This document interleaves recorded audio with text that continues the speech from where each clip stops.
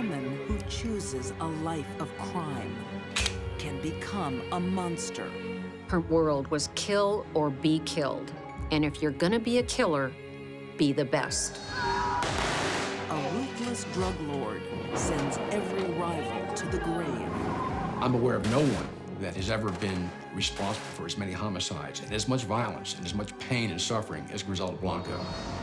A good-time girl lets her bad side take over. She was a stick of dynamite with a slow-burning fuse, and it was eventually going to blow. And the queen of thieves kills to keep her crown. She was kind of like a 1940s version of Charlie Manson. These deadly women don't play by the rules. They are outlaws.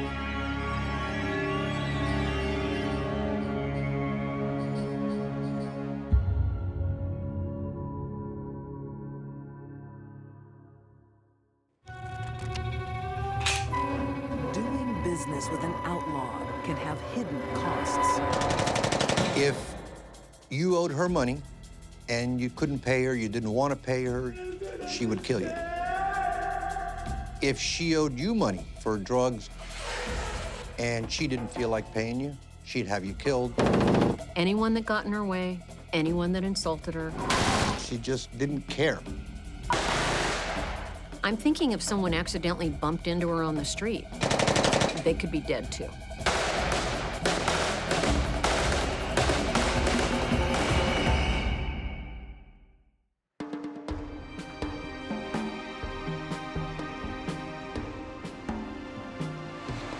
Miami, a vacationer's paradise.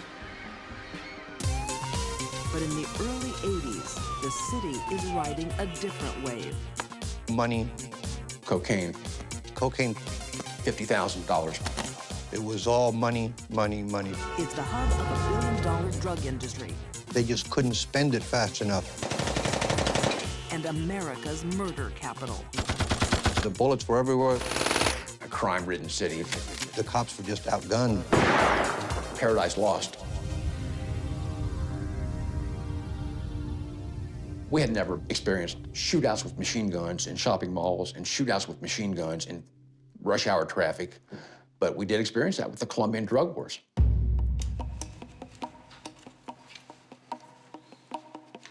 Al Singleton lived through those wars as a cop in Miami's homicide division. Our homicide rate in 1980 went from approximately 300 a year to 600 a year. So life changed dramatically in the early 80s in Miami. Across the city, ruthless men battled for control of Miami's cocaine trade. But the meanest, richest, most powerful drug lord of them all is a woman. Griselda Blanco, the godmother of cocaine.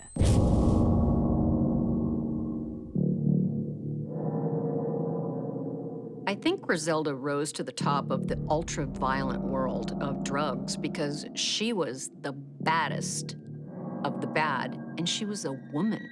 Before, there had never been a woman with that much power and that much control in the drug business anywhere. The secret of Griselda's success is a total disregard for human life. Over 100 people are murdered by her hand or her order. Hey, DeLong, come here. How did you go? Okay. Don't mess with me. How did you go? For every killing carried out by her assassins, she demands gruesome proof. There you go! You did good. Very good. She had to prove her stature. She had to prove her ruthlessness.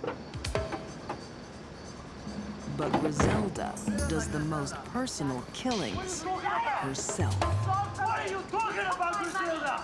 She gained the nickname of the Black Widow because she had some of her husbands killed.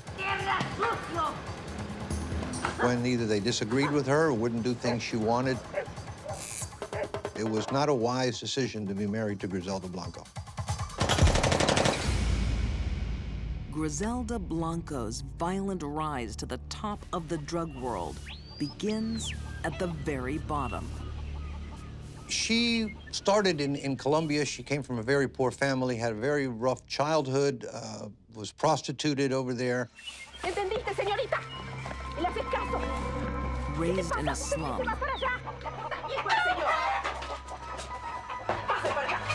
she's treated as a commodity to be bought and sold.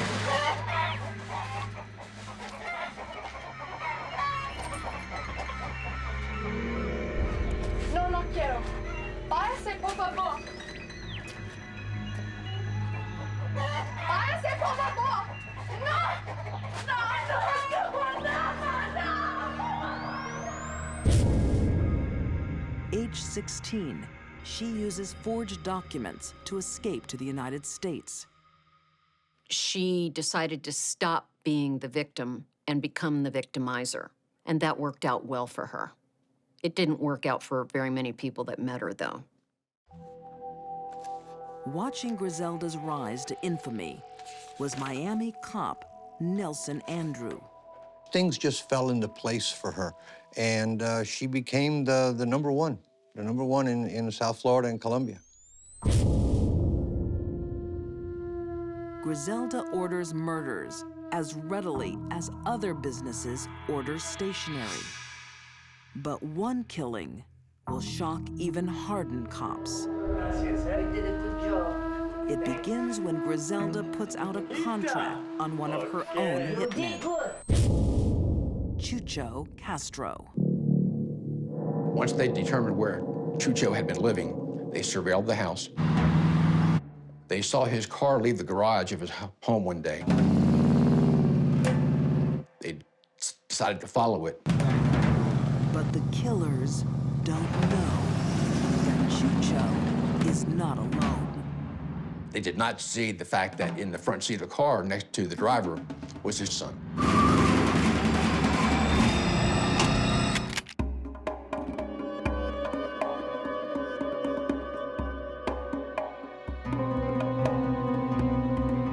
Miami, 1982. A city under siege in the cocaine wars.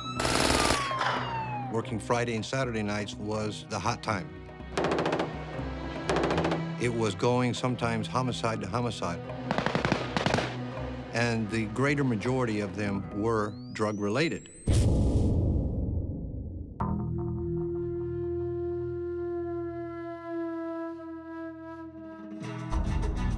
Of all the murders, one leaves a terrible mark. Chucho Castro is taking a drive with his son, Johnny.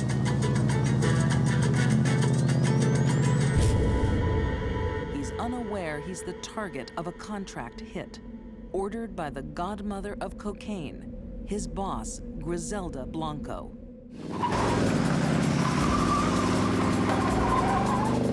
The van pulls alongside of them. They slide the door of the van open, Hey, Chucha! and they start machine gunning the car.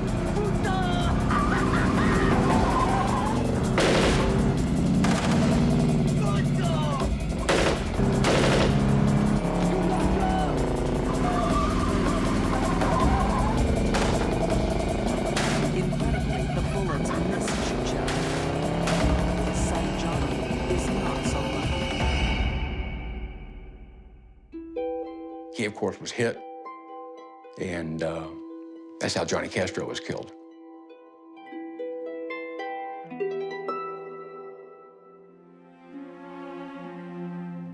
Once he escaped, realized his son had been killed, he drove back home. Really didn't know what to do. He couldn't call the police because he was wanted himself. Took the baby back home, put ice in a bathtub, put the baby in the bathtub to preserve him. Spent the night crying with this baby.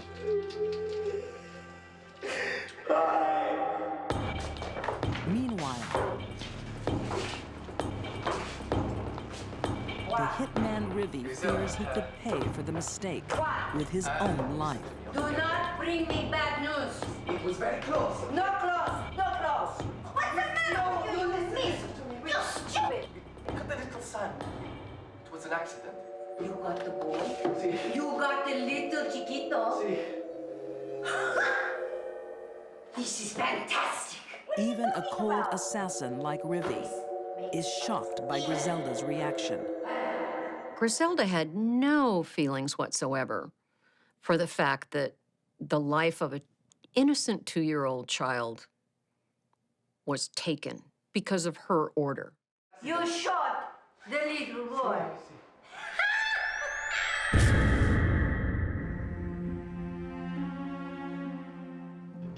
I don't understand.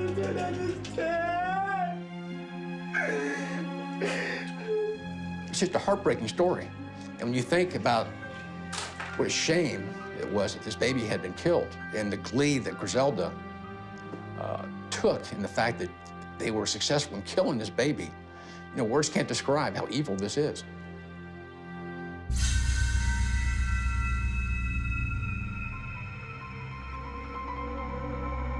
Criminal profiler Candice DeLong believes the seed for this evil was planted in Griselda's childhood. Griselda grew up in poverty, her mother turning her out as a prostitute, her mother's boyfriends raping her. I don't think there was anything bad that didn't happen to this woman. Cruelly abused as a child, Griselda grows up to become the cruelest abuser of them all. Griselda's upbringing was extremely violent, neglectful, and depraved. That ended up being the very world she became queen of. But in the mid-1980s, Griselda's empire comes crashing down. At your job! Her hitman, Rivi, is arrested and decides to testify against her.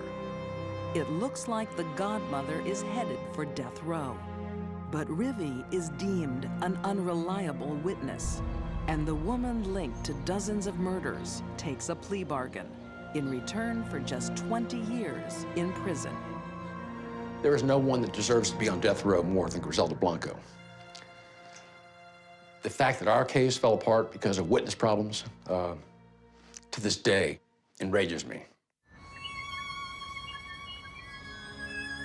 Griselda Blanco is released in 2004 and deported to Colombia. Today, her exact whereabouts are unknown. The fact that she has not been killed in retribution by some of her enemies, I will never understand. But that's apparently the situation, and that's just the way it is. And apparently she's living large in Colombia as we speak. Griselda's world was kill or be killed. And if you're gonna be a killer, be the best. And she was.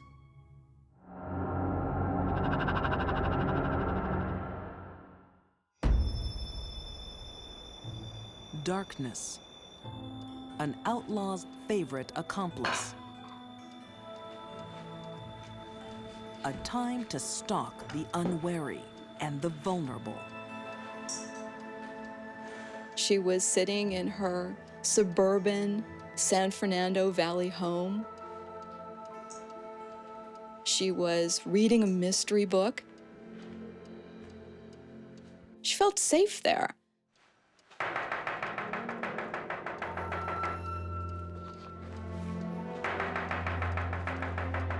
Tonight, lonely widow Mabel Monahan will become a character in a real-life murder mystery.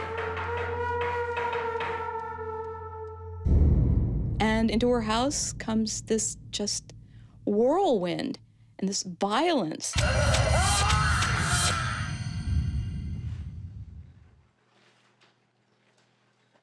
Well, this was the most brutal offense that I can recall in my 30 years of tenure. In 1953, Detective Harry Strickland was called to this house in Burbank, California. What he found has haunted him ever since. An aged lady laying on the floor, beaten about the head, her hands tied behind her back, and blood everywhere. Hard to believe that anybody could do that to an old lady. Mabel Monahan is dead, her home ransacked. But there are no clues to suggest why or by whom. The search of the home didn't reveal any prints of sufficient value. To find Mabel's killers, cops will need to leave the quiet streets of Burbank behind and enter LA's criminal underbelly. A world that good-time girl Barbara Graham calls home. Barbara Graham was a very attractive woman. She was very pretty on the outside. Hello, boy. But she was utterly amoral. And she used to go out to where the sailors were, by one of the Navy yards. Like many girls in the dockside bars, Barbara turns tricks for cash. The sailors called them seagulls because they flocked around the camp just like seagulls do, at the beach.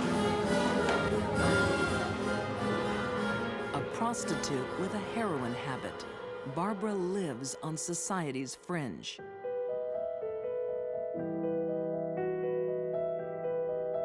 She's never known any other life. Well, Barbara was an outlaw from the very beginning. She had grown up very tough, very unloved. Her mother, Hortense, was such a venomous, vitriolic, horrible woman. As a young girl, Barbara is abandoned by her mom.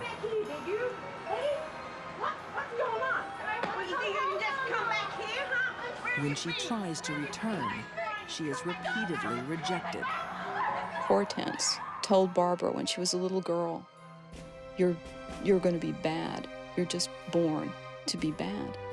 Don't you talk to me like that! I'm your daughter! I want to see your kid!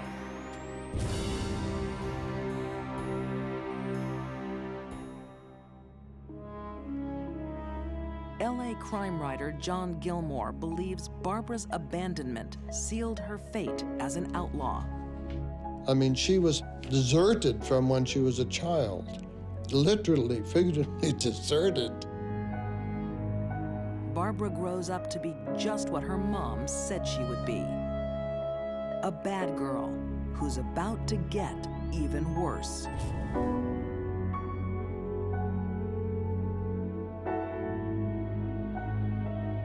Barbara's background as a young girl had a lot to do with the woman that she became. Barbara keeps the scars from her childhood well hidden, but they are looking for a way to get to the surface.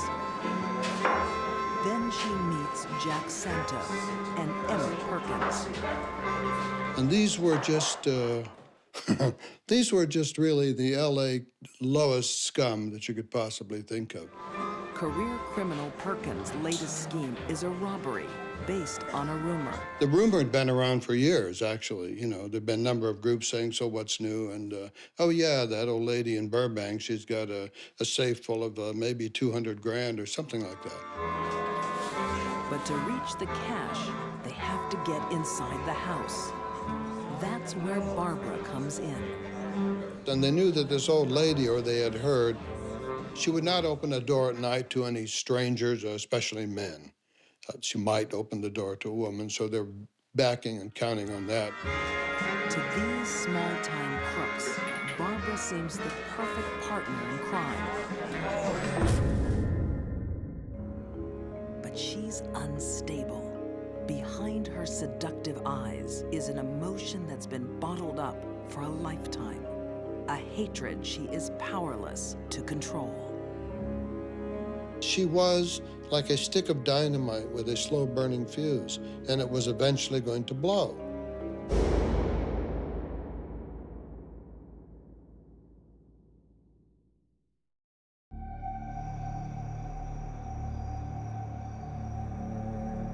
In 1950s Los Angeles, an outlaw emerges from the shadows.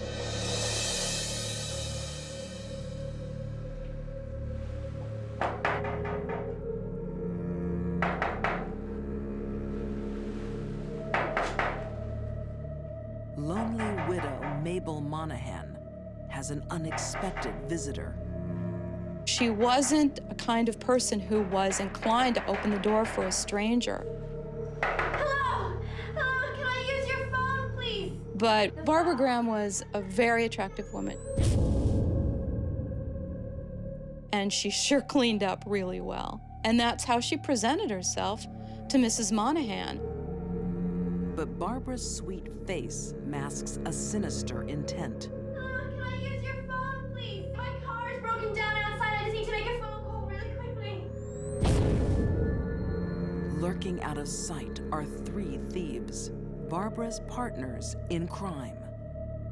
Mrs. Monahan was still not immediately convinced, but she finally relented and let Barbara in. Hey, I'm sorry that I don't like the dark very much. Okay, here. And that was it. Oh, here.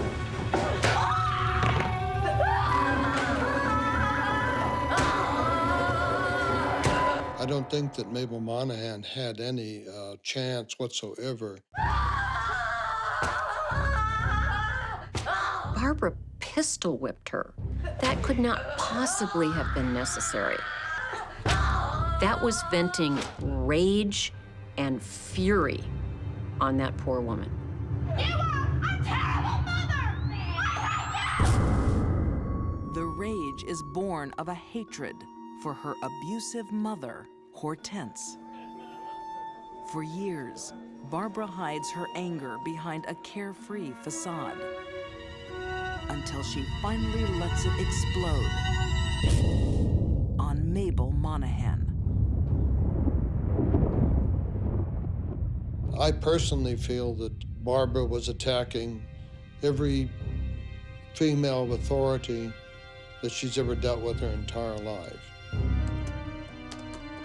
Social historian Joan Renner believes murder was not part of the plan that night. I don't think that's what was intended. They thought there was a safe there, they wanted the money. The idea was to get in, get the safe, and get out. But Barbara's gone rogue. Her gang followed her midway through murder. What happened? What's it say? She was not supposed to have done that. That wasn't part of the plan. What the hell's going on? Shocked, Perkins and Santo begin a panicked search for the safe. They ransacked the entire house, pulling everything out of everywhere. Listen, find this. Find it. Look everywhere. Meanwhile, the old lady was on the floor bleeding and her head cracked open. She wasn't dead yet, so Barbara ran into the other room and got a pillowcase.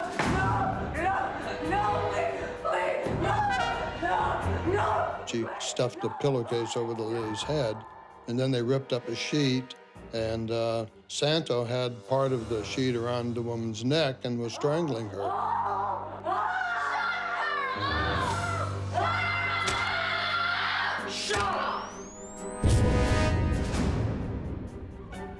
The noise alerts the fourth member of the gang, safecracker Baxter Shorter. What the hell? Baxter saw Mabel Monahan on the floor, bleeding profusely from her head. He could see her bleeding through the pillowcase. And he said, this is bad. This is not good at all. This wasn't supposed to go like this. I don't want any part of this. We have to get help. The rest of them were not interested. They just wanted to get out of there. There's no safe. We're out of here. We're out of here. We're going. Well, hey, you cannot leave her like this. Hey, you cannot.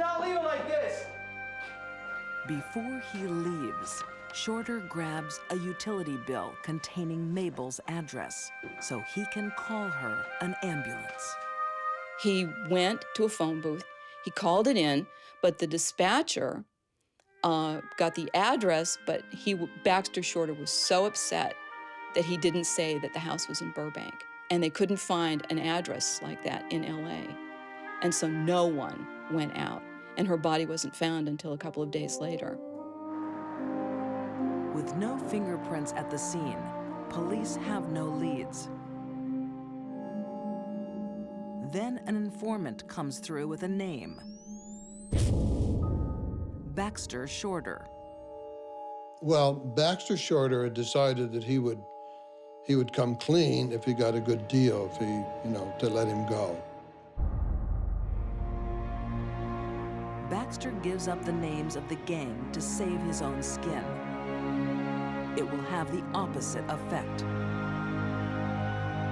Baxter Shorter is last seen being forced into a car, driven by Barbara Graham. He was taken out somewhere in the desert, never to be seen again. They never found him. Not a trace, nothing. He was declared legally dead 7 years later. This second murder doesn't cover the gang's tracks for long. Within days, they are arrested at their LA hideout. In court, Barbara's pleas for mercy fall on deaf ears. She even said at her trial, she told the prosecution, "Haven't you ever been desperate? Don't you understand what that is?" And nobody there could relate to that because nobody had had her life. So they're all found guilty of murder in the first degree and all sentenced to death. That was the conclusion to the trial. There's only one man alive who can truly judge if that sentence was justified. Former detective Harry Strickland. Having seen the brutal murder committed by Barbara Graham, her sentence to death for doing this horrific crime was well-deserved. She lived as an outlaw, and now Barbara Graham would die as one.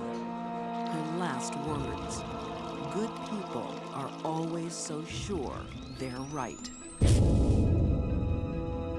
Barbara's last comment shows her contempt for that part of society and how apart from it she was.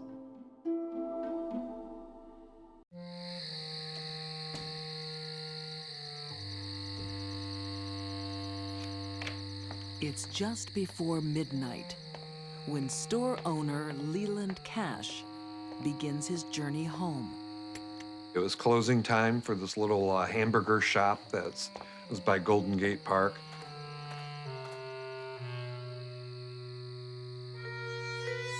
But the streets of San Francisco can be dangerous. Stop. What's in there? Give it to me. Give me the parcel. Give it to me. The gunman is Albert Ives, the driver of the getaway car, Bobby Sherrard. They believed in robbing gas stations, barbecue carts, small restaurants, rolling drunks. They're totally petty crime. Tonight's target reacts in an unexpected way. Give it to me. Give me the parcel. Give me the wallet. The proprietor, he reached into his pocket. Albert thought he was going for a gun. And shot him in the stomach and left him to die in their parking lot outside of the hamburger shop. Leland's dying hand doesn't hold a weapon. It's a hearing aid. He had reached into his pocket because he was deaf, and he was turning up the volume on his hearing aid. They just panicked and ran. Come on, Bobby, let's go. Let's go right now.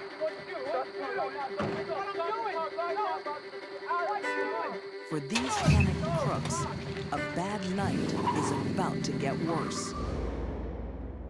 I was there in the car, and he was meant to go rob the guy, just like you said. And he They goes, tell and their then boss. I heard this bang, and I saw a flash. We killed the guy. Her name is Juanita Spinelli, and they've broken her golden rule. She was a stone-cold psychopath who had no use for anybody other than what she could get out of them. She was cold-hearted. She was the Duchess.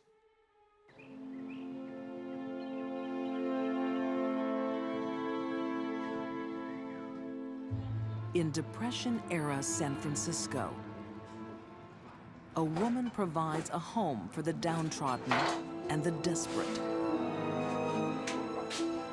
They were all juvenile delinquents. They were all pretty young guys, came from broken homes. Head of the household is Juanita Spinelli, the woman they call the Duchess. You want some liquor, boy? Go, you give him some liquor. Oh, what about me? You wait your turn, boy. Sit down. Juanita was a mother figure to these men, even to a point of cooking the meals like Mom would cook at the stove for the family, cleaning, very much as if she was their mother. All right, you are going to steal this. This is not Juanita a toy dispenses to be more loaded. than motherly Now, care. I'm walking down the street, a little lady, you're going to take it without me feeling a thing. Funny, you fool! I felt every moment of that. Miss Spinelli ran a crime Take school you over here. You show them how to stop. Be patient. so that she basically produced professional criminals. I'm a walking down the street, I'm a lady. These were crimes to make money. She smiles at me, she takes the watch. Do you see how that's done? The Do you Duchess's see, boy? rule mixes All right. authority Get over here. with Pay feigned attention. affection. Gypsy, my sweetie, you did that just right. Gypsy. Juanita was probably pretty charming. Most sociopaths are. They're good with words, they're good manipulators of people, they play up to people, they make them feel important, and that's how they develop bonds, and people follow them. The gang's secret weapon is Juanita's daughter, Gypsy. Her seductive wiles are a potent honey trap. She would come up to a drunk man, put the moves on him. What's her name? The gang would jump him and they'd take his pants. And that was the thing that they did a lot back then because it was embarrassing. The cop would just laugh at him, you know, just go on home in your boxer shorts. You whore!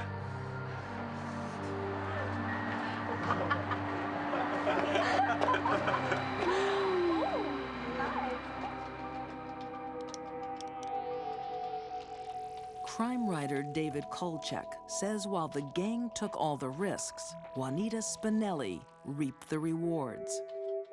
She was able to trick these young men into doing her dirty work, Watch it. Everybody. handing over cold hard cash Albert, over here, boy. What'd you get? instead of keeping it themselves for a $10 a week allowance. What else? Come on, you must have something more. A wallet. Let's see what he's got in here.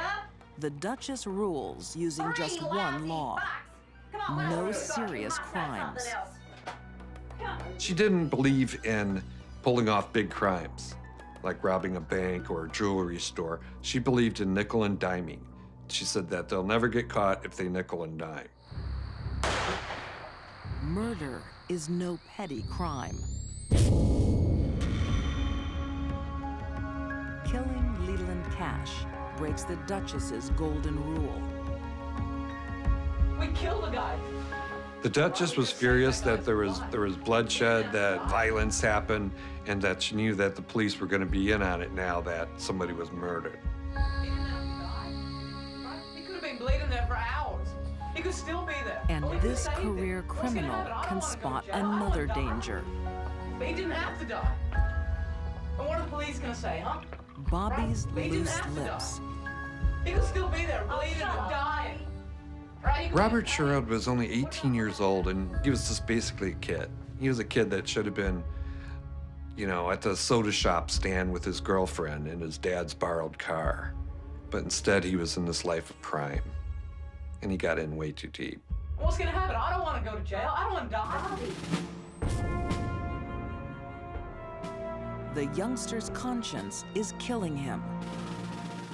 Juanita saw him as the weak link in the group and feared that because he wasn't handling the robbery very well, that he might shoot his mouth off to the police and expose all of them.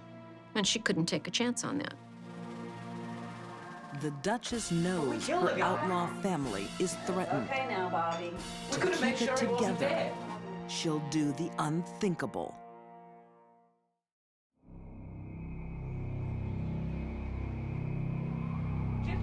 In 1940s California, crime school boss Juanita Spinelli is losing patience with one of her students. Bobby Sherrard is running off at the mouth about a murder, making him a liability.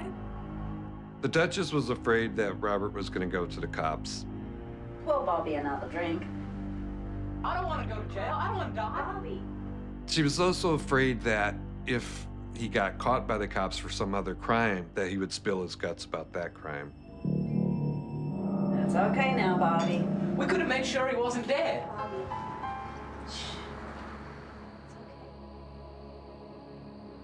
So she decided that he had to die. The Duchess flips from mother figure to murderer, mixing whiskey with a powerful chemical, chloral hydrate. It's a drug familiar to forensic pathologist Janis Amatuzio. Chloral hydrate is a prescription medication, and it's usually used to cause people to go to sleep.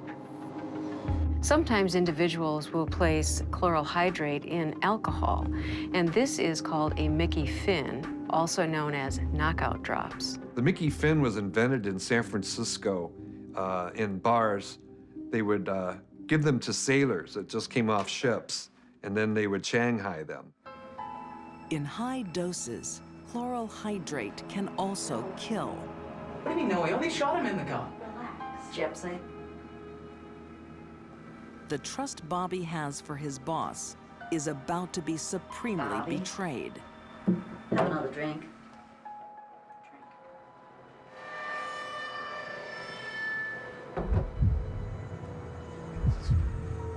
The Mickey Finn takes rapid effect. Why are you all looking at me like that? The alcohol potentiates or accelerates the effect of chloral hydrate.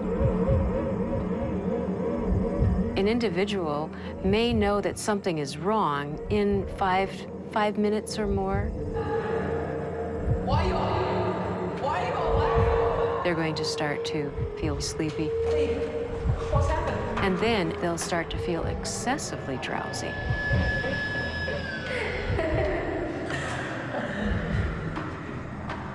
What have you done to me? They will usually rapidly lose consciousness, and sometimes will just simply collapse.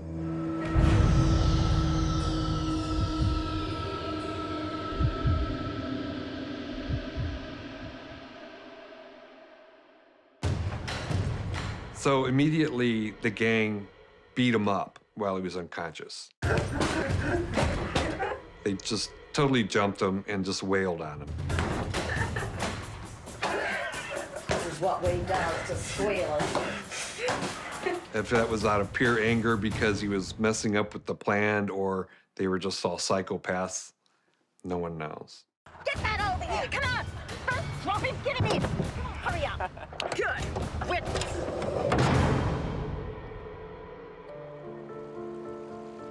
Juanita wants to make Robert's death appear accidental.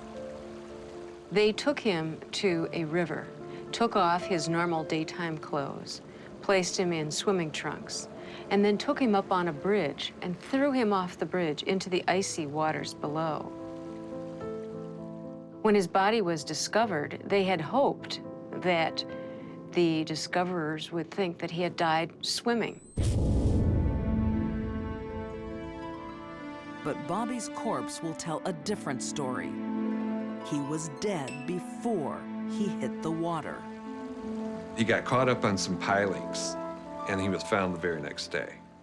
They did an autopsy on him, and they saw that he had no water in his lungs, so they knew that he didn't drown, and he was possibly a murder victim.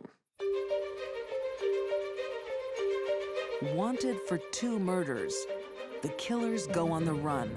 But Juanita has broken her own golden rule, and with it, breaks the outlaw bond her gang once shared. If I were a member of the gang, I'd be wondering who's next. Albert Ives has a hunch it's him. Albert wasn't as dumb as everyone thought. He knew that his time was going to be up, and he knew just how violent they could be. So they stopped for gasoline and, have a little pit stop there, and he was walking back to the car, and he heard them talking about a 700-foot cliff. So he turned around, ran through this restaurant, ran right through the kitchen, and out into the woods. An hour later, near Truckee, Nevada, Juanita Spinelli and the remains of her gang reach a police roadblock. It's a mountain road, so there's no way they can get off. Now, everyone just keep quiet. Let me do the talking. So they pulled them over, and the Duchess tried to bat her eyes and act like she was just a grandmother. Juanita's charms won't work this time. The Duchess has been betrayed by one of her own. Albert told them everything. They searched the car, found guns, they found stolen merchandise in the trunk, and they handcuffed her right there. Once this queen of crime inspired devotion from her subjects. Now they join forces to bring her down. When the gang members go into the witness stand, they end up pointing at Juanita Spinelli, saying she was the one that came up with the idea. She is the one that came up with this murder. She is the motive force behind this murder. She is guilty. And the Duchess was the first woman to be put to death in San Quentin's gas chamber. The cruel reign of the Duchess comes to an end with a bitter taste of her own medicine. The Duchess ruled her family with an iron hand, but the fatal flaw was believing that she could make no mistakes. When mom hurts a child, all the other children have nothing to think other than, well, if she did that to him, what might she do to me? Which is exactly what happened and what led to her demise. Bye-bye, Bobby. These deadly women scarred society with their lives of crime. Griselda Blanco made Miami's streets a war zone. Barbara Graham betrayed a lonely widow's trust. And Juanita Spinelli turned needy kids into killers. They reaped crime's rewards, but paid society's ultimate price. Cast out or killed as outlaws.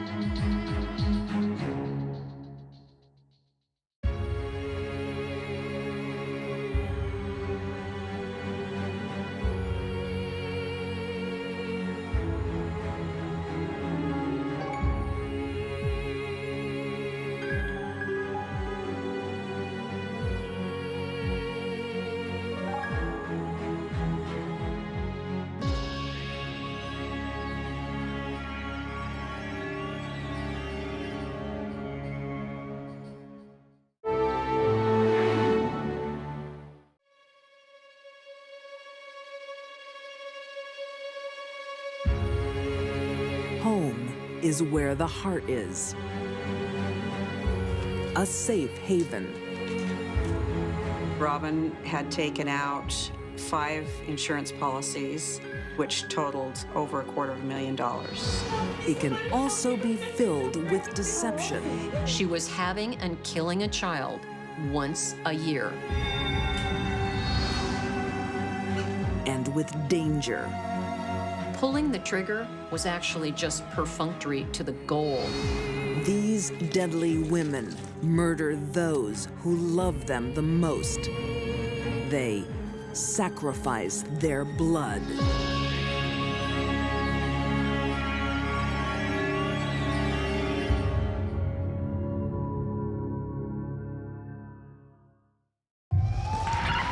(1992), Boise, Idaho. That's my house! Firefighters are battling to save a home and a family. Both exits where people could escape were blocked by fire. My babies are in there! Ma'am, stop me. The mother is frantic. Her 2 children and husband are trapped inside. Wait over here. Let the boys do their job. I think most of us would think is the most horrific way that you could pass away. It will take a miracle to get them out alive.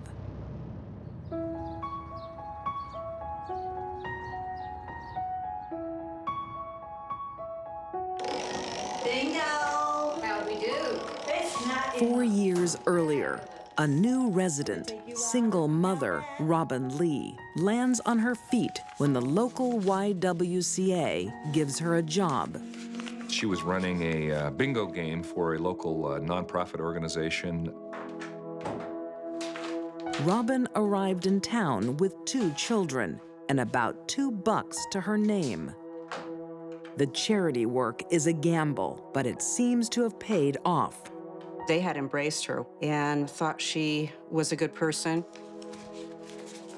She could be the very strong business manager, a leader. She did philanthropic things for the community and for the homeless. I said get to bed this instant! But there's another side to Robin. Please, Mom. She's not as kind and caring to her own. Midnight. You're going to bed now! I hate you! She could be different people at different times. If you get a divorce, I'm gonna live with Dad. Good. You deserve each other. She basically would be the person you wanted her to be. When she remarries local man Randy Rowe, there's no domestic bliss. Randy was a good, simple human being, just a blue-collar guy out making a living and enjoying life.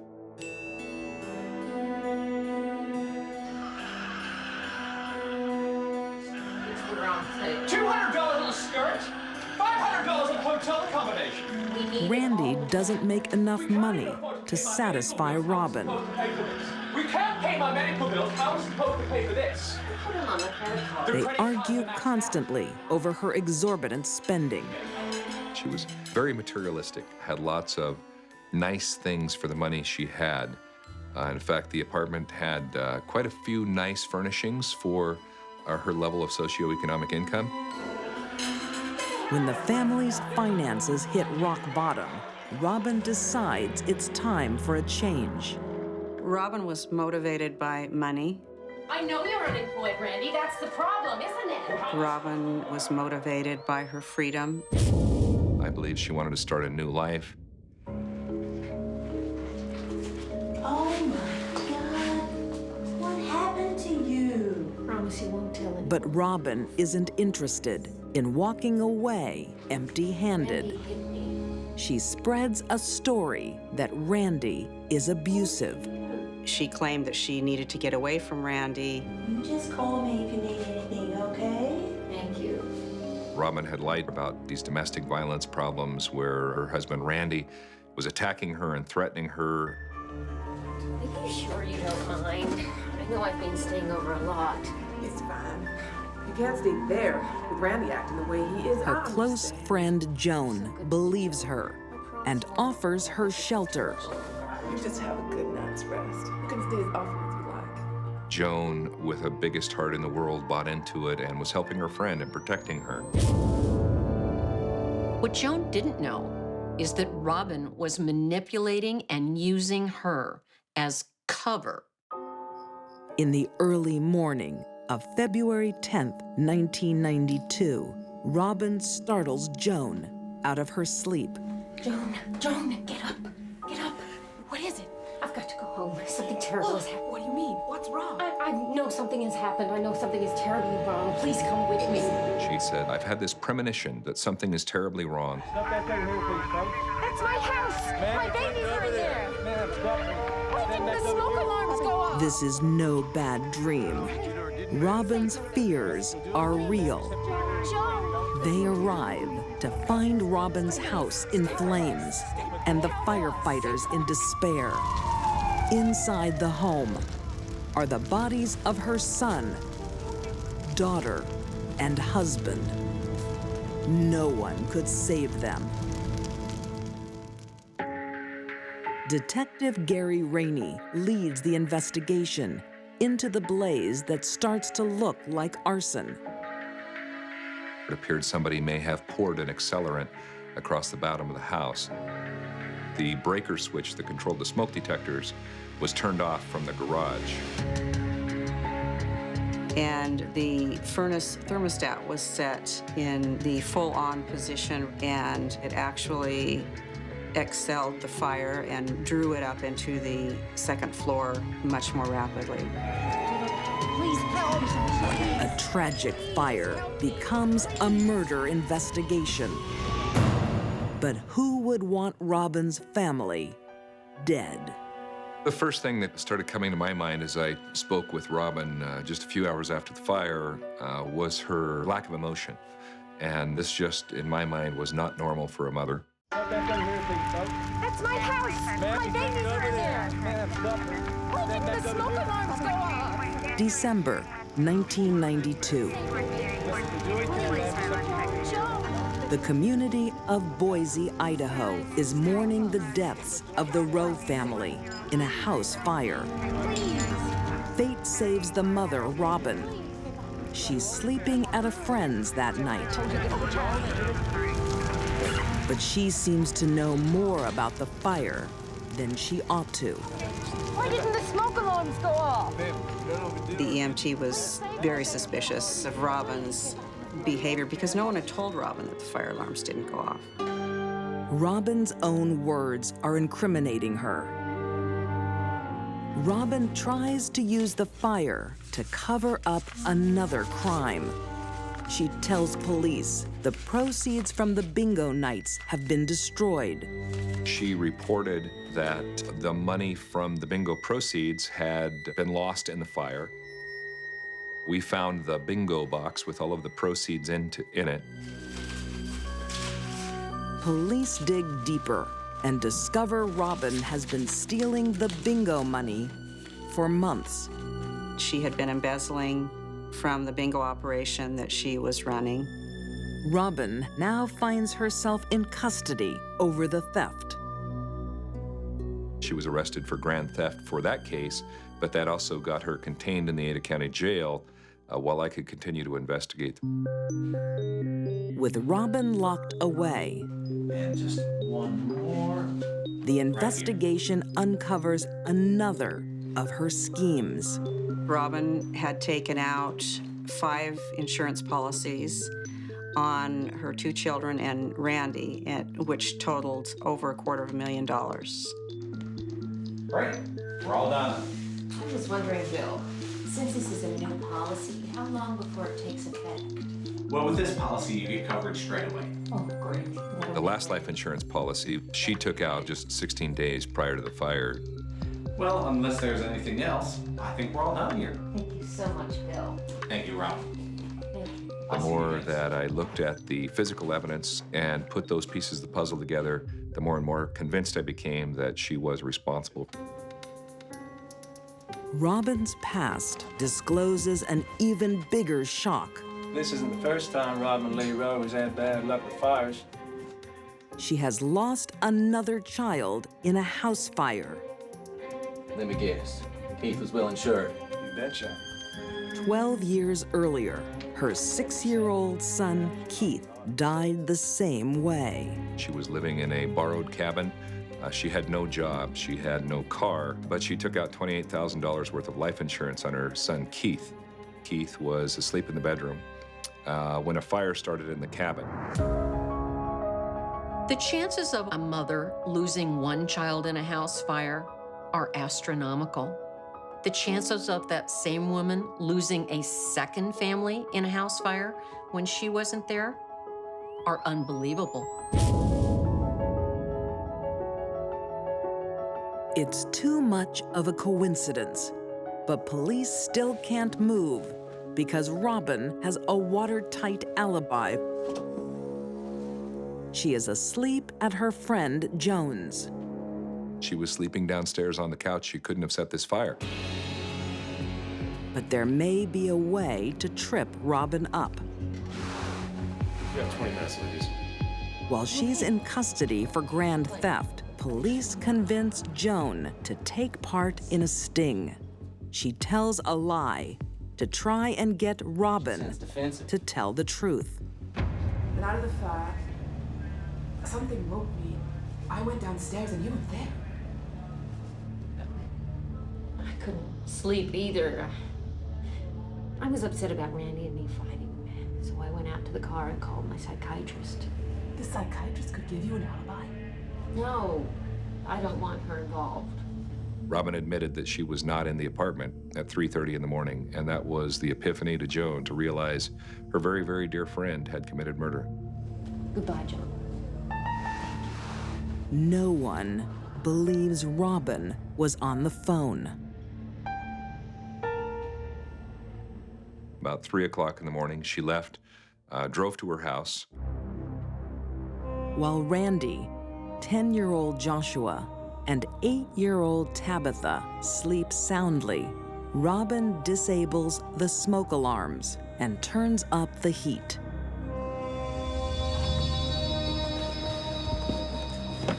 She poured an accelerant beginning below the stairwell at the top, the landing on the second floor. Then she poured a trailer of accelerant down along the side of the stairwell on the lower level. The stage is set for the perfect fire. She stood at the front door and, in one fatal moment, dropped a match, lit the accelerant, closed the door, walked out, got into her car, and drove away. Smoke immediately fills the house, then the lungs of Randy, Joshua, and little Tabitha. These individuals begin to start coughing violently. Tissues body-wide are beginning to starve from oxygen. It leads to confusion and then to drowsiness.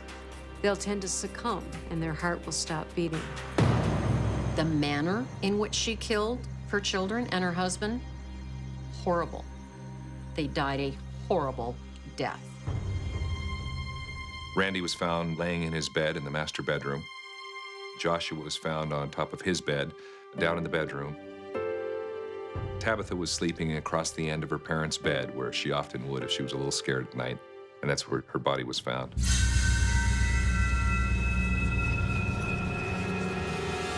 The three of them, Randy, Joshua, and Tabitha, simply became no longer worth it to Robin. By 1992, police have enough evidence to charge Robin Lee Rowe with 3 counts of first-degree murder.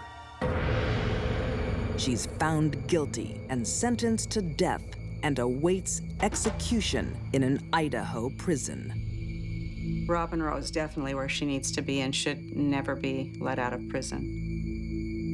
The only thing people really meant to Robin was a nice payday.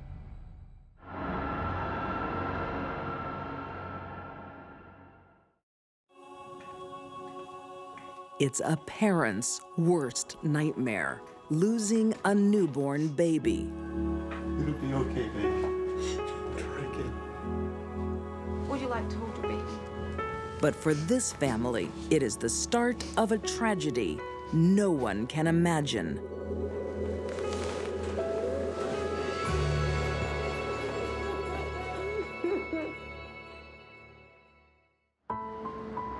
(1972), Schenectady, New York State. The Yankees meet tonight in the deciding game of the American League. Joe and Mary Beth Tinning can take comfort in their 2 surviving children, Barbara and Joseph. Joe was very happy. Joe really wanted children, and he loved them. What is going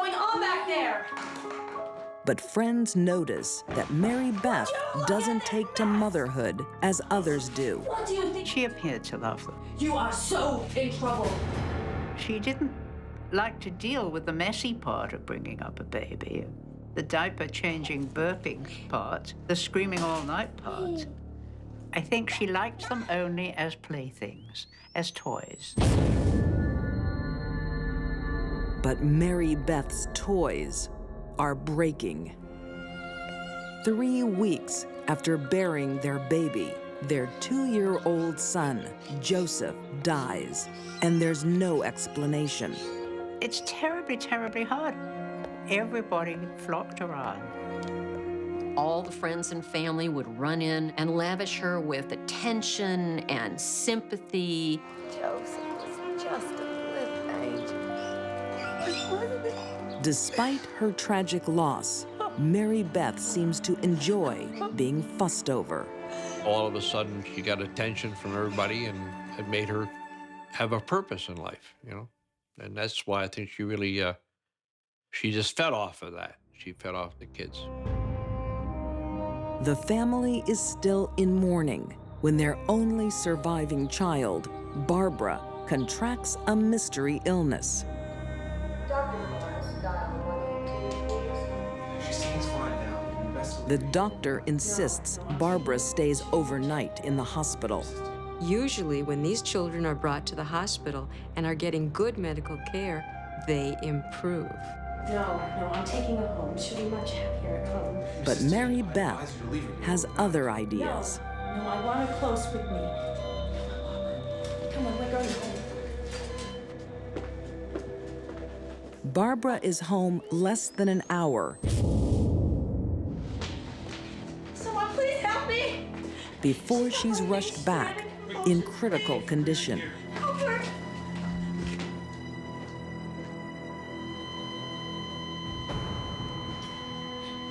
Before morning, she is dead. There was nothing wrong with that child when she left here.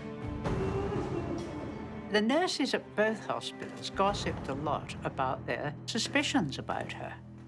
But nobody was prepared to actually face her because they couldn't have proof. Joe was very distressed when Barbara, the older child, died. But these children kind of came and went like little wraiths, you know? The Tinnings' 3 children have died within 3 months. It's a medical mystery. If you got 3 kids that die, you really got to be aware that something else is wrong. Joe Tinning was the perfect foil for Mary Beth because he was so accepting of everything she said and did. You wondered how he could have his children die one after another, and never say, well, is there something you're doing wrong? One of his quotes I remember was, well, you have to believe the wife. When people look at a woman, especially a mother, they do not ever see a killer. There must be another explanation as to why these children are dying. Most doctors rule out SIDS because 2 of the children have passed the danger age. Kids that are up and walking around do not die from sudden infant death syndrome. Instead, they suspect a bad family seed. She and Joe were sent to one of the leading children's hospitals in the country to check whether there wasn't some genetic factor. Doctors don't find a cause for the deaths, but the Tinnings are advised not to have any more children. But that doesn't stop Mary Beth. What are you doing? Oh, please don't hate me, Joe. I'm pregnant again. A year after bearing her 3rd child, she's pregnant again. Please, I can do this. We can. And the cycle of life and death will continue.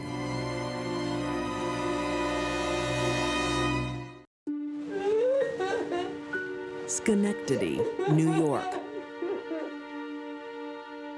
Mary Beth Tinning has given birth to and buried 3 children. Against her doctor's advice, she gets pregnant again. In November 1973, she gives birth to a healthy baby boy, Timothy. Help me, somebody help me with the baby. Not breathing. He is 2 weeks old when he too is rushed to the emergency room. They all followed the same pattern. Mary Beth would rush to the hospital carrying a dying or dead child and say, I found him like this in his crib. Please try and save him. She appeared terribly concerned. Is everything okay? My baby's not breathing. Over the next decade, Mary Beth gives birth to 4 more children, and they all die inexplicably. She would go from hospital to hospital. She wouldn't go to the same one over again to let somebody put the blame on her. She was smart that way.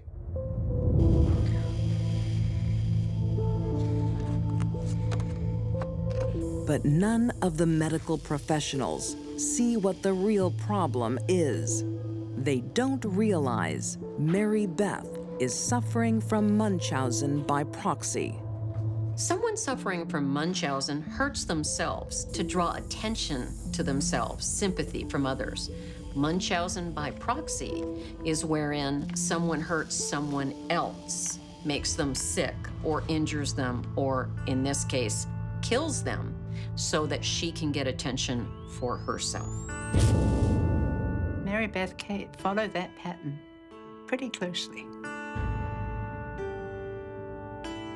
But Joe is ignorant and still wants a family. The couple decide to adopt a child, Michael.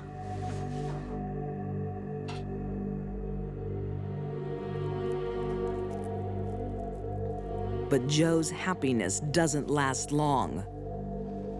Mary Beth now turns her lethal intentions on him. She tries to poison Joe with an overdose of prescription drugs. Whether she wants to kill him or just make him sick is unclear. She finally, when he was taken ill, confessed to her brother-in-law, who rushed Joe to the hospital and got him pumped out, saved his life. Police investigator Bill Barnes remembers questioning Joe about the poisoning. Why did you take so many pills, Joe? He didn't show the emotion. He might have felt it inside, but he didn't show it. You know, you could have died. And therefore, when I asked him, I said, you know, she tried to poison you, and he acknowledged that he thought she did. But if she did, she did, you know. It doesn't seem to bother him too much.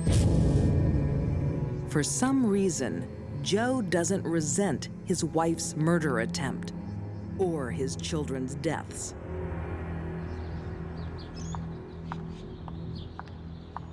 Not even when their adopted son, Michael, home alone with Mary Beth, becomes the next victim.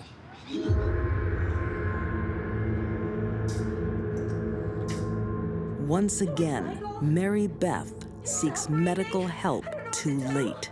She called the doctors, and the nurse made an appointment for her to bring the baby in at 10. She shows up at 10 o'clock with a baby that had been dead for 2 hours. When she had an adopted child and that child died, all of a sudden, there was no longer the possibility of this being an inherited or congenital disorder. All of a sudden, it was something in the home, and in all likelihood, it was the mom. The Tinning children did not have a genetic disorder. They had a killer mom disorder. Finally, after 13 years, friends and nursing staff pressure authorities to investigate the deaths of all the Tinning's children.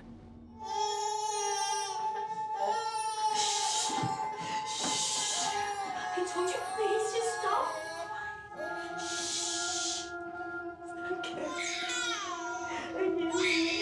But before it commences, there's one more casualty.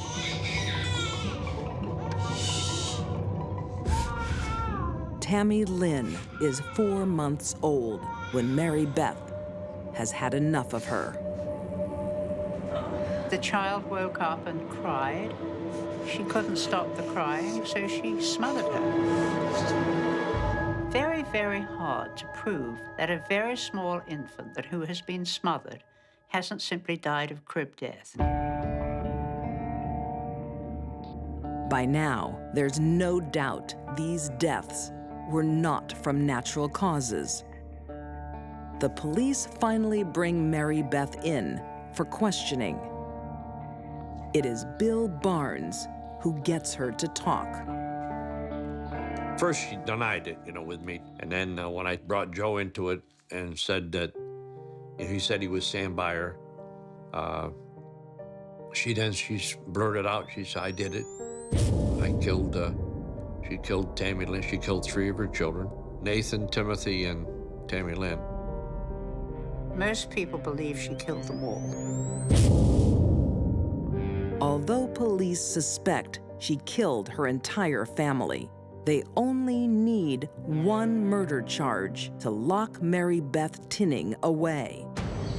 In 1987, she is found guilty of second-degree murder of her last child, Tammy Lynn, and is sentenced to 20 years to life. Mary Beth was astounded. I don't think it really had hit her until then that she was going to jail, and that she was going to jail for a very long time. Mary Beth craves attention at the cost of her own blood. 23 years in jail has not changed her one whit as far as her psychic state. I have always thought she didn't belong in prison. She belonged in a psychiatric institution. Joe promises his wife he will stand by her. And true to his word, today he still visits Mary Beth in prison. I can't understand how any man would go back to a woman who'd do that. But there he is after 23 years, still visiting her in jail, still saying that he'll provide a home for her if and when she comes out. Mary Beth is now eligible for parole, but so far it has been denied. What sticks out mostly in my mind was how anybody could do that, to their children, how anybody could do that to their husband. How could you be driven that far to kill another human being? I don't know. Mary Beth Tinning is everything a mother should not be. Thank God she's locked away. Why do you have to drink so much? A common domestic argument. Parents disagreeing on how to discipline their I children. am taking away your TV and video game privileges. Get to your room. I said, get to your room. It should be easy to resolve, but not in this family. Why are you always taking his side? I'm not taking sides. I just think you're overreacting. The tension was growing in their household, and it went over the top. Because she was a woman pushed over the brink.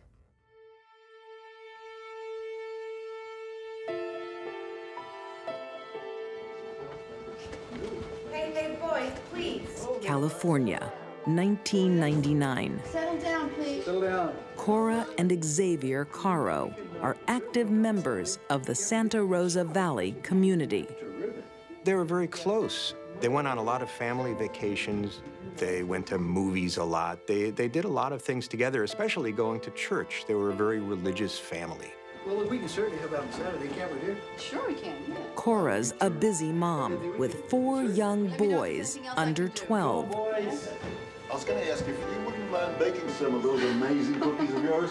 It'll be my pleasure. You let me know what else I can do, okay? But she is always ready to lend a hand.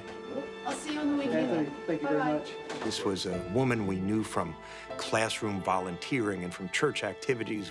We always saw her giving high fives with her children and hugging them. She was, by all accounts, a loving mother. Well, I'll see you in about a month. The couple live and work together. Oh, hello, Mrs. Baker. It's good to see you again. Oh, he's quite the taskmaster, my husband. He's got me shackled under the desk here. I'll take the shackles off. He is a doctor, and she's his office manager. Bye-bye. She deserted her nursing career and became his office manager. Her husband and sons became her whole life. But behind the perfect facade, Cora's hiding secrets. How can we owe so much money? We've had a lot of expenses. She's a thief. In just 1 year, she has siphoned off $100,000 from the medical clinic. Babe, we need it. I'm not letting you anywhere. He discovered that his practice was deeply in debt. Credit cards, I've had enough. After everything I've done for you for all these years. He became incensed when it turned out that she was funneling money from the office accounts to her parents.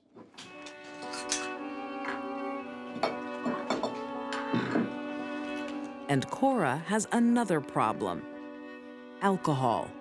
She was drinking a lot. She became depressed.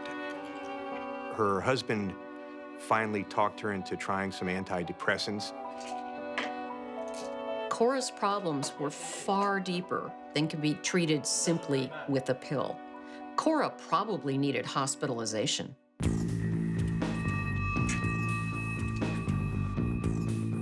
Cora isn't the only one with secrets. Xavier is an adulterer. He had an affair with a biofeedback technician who worked in his office.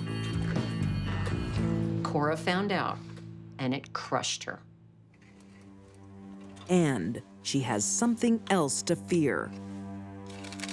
She found a worksheet that he and his attorney had recently compiled. And it was a divorce attorney. And it was at that point that she realized this could happen, and this is real. Cora's world had fallen apart. Not only was her husband leaving her, she had been replaced, in her mind, by another woman. Thinking she is about to lose her marriage, Cora threatens to harm herself. She was confiding to a friend on the phone that she would be better off dead, and that she was holding a gun at that moment. Please sit down. She believed her life was over. She was going to lose everything. What is it? A concerned friend goes to see Xavier. She talked about killing herself. She wouldn't do that. She wouldn't. He thought that she was just being overly dramatic. She's a drama queen, you know that.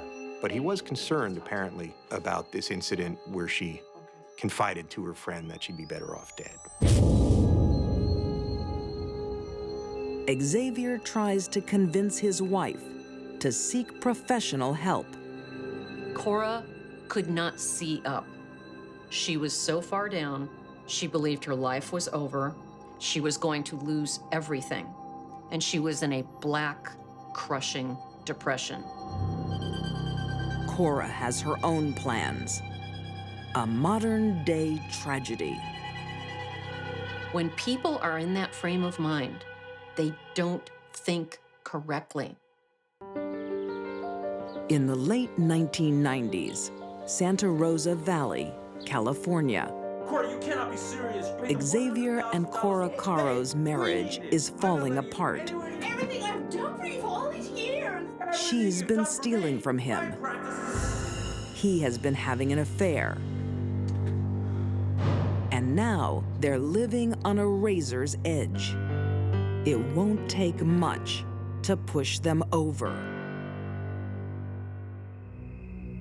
November 22nd, 1999. It was in the evening, and they had just had dinner. What are you doing? They were drinking margaritas, and one of their sons came downstairs. Dad, don't you think you've had enough? The boy mouthed off a little, and that's when a fight broke out over disciplining this boy. I'm leaving. Where are you going? To the office. However, the fight they ended up having was much more extreme than that. No! Don't you leave me. Don't you leave me. No! Don't you leave me. He was going to his office to cool down and to do some work.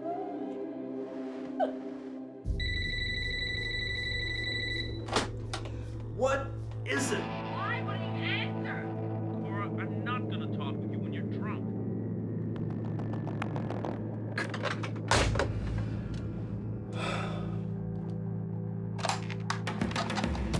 In Cora's mind, Xavier has left her forever.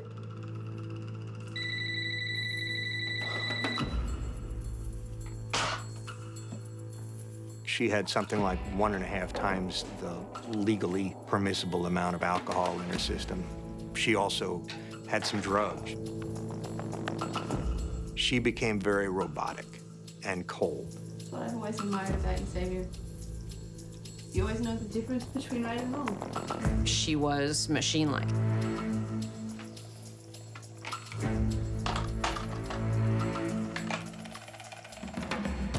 That gave him a chill, and he ran home. Down, boys. Smile for me. Cora gets her children ready for bed. Now I lay me down to sleep. I pray the Lord myself to keep me safely through the night and wake me. Every night, Cora would tuck her kids in and she'd put a little Bible underneath their pillows.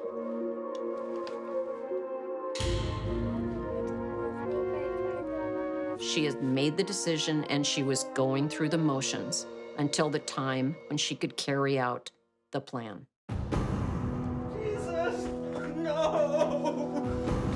Xavier arrives home too late to stop Cora's madness. There was his wife with a gun by her side, bleeding from the head. She wanted to die, so she shot herself in the head, and he discovered her body. But where are the children?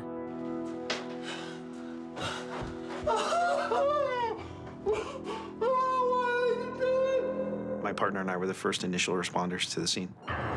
Deputy Tony Totino will never forget the night he is called to the Caros' house. We could hear him crying. He just seemed like the whole world had kind of crashed down around him. Police quickly put the puzzle together. She went upstairs to where the family's bedrooms were. 8-year-old Michael and 5-year-old Christopher are sound asleep.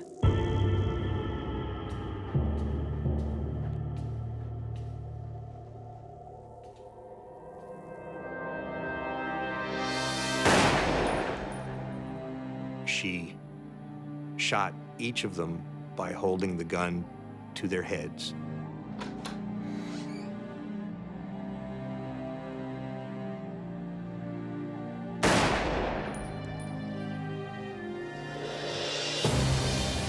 It was an act of revenge because she was taking the things away from her husband that he cherished the most.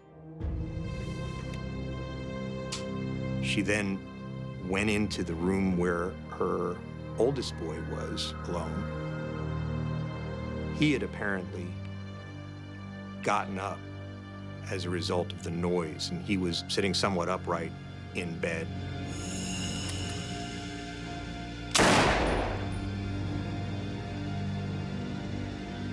She shot him once, then she shot him again. She then turned his body over so that his face would be up to greet her husband. The tragedy just hammers you. I think it was horrendous in the fact that 3 small children, and you see them, and they've been basically cut down in the prime of their life. You know, life had been taken away from them. Pulling the trigger on their little heads was actually just perfunctory to the goal of getting them and herself where she felt they needed to be. And that was gone.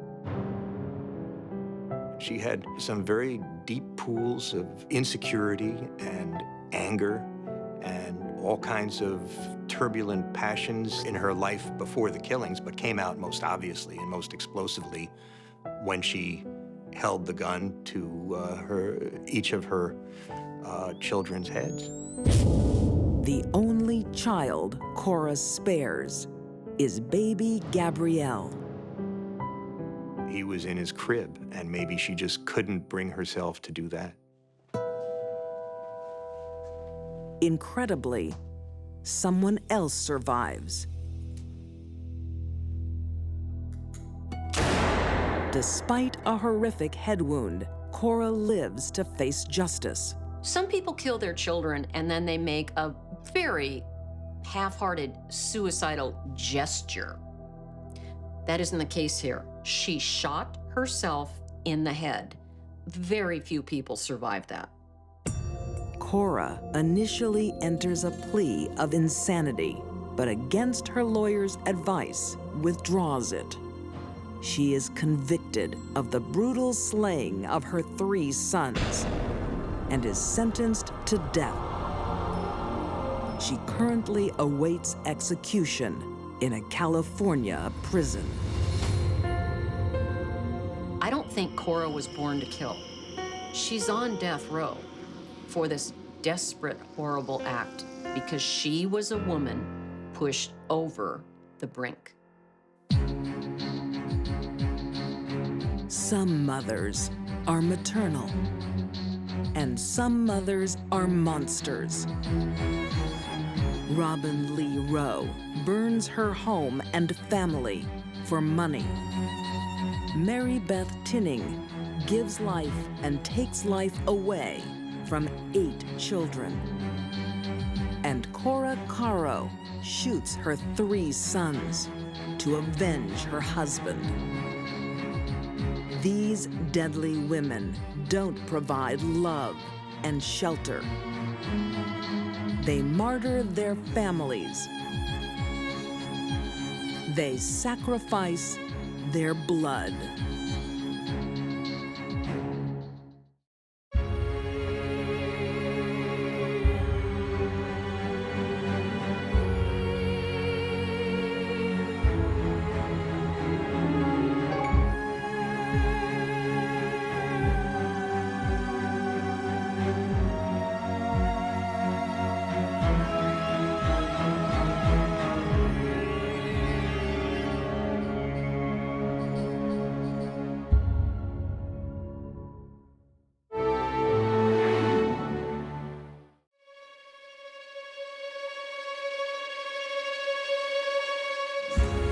A mother's most basic instinct is to protect her flesh and blood.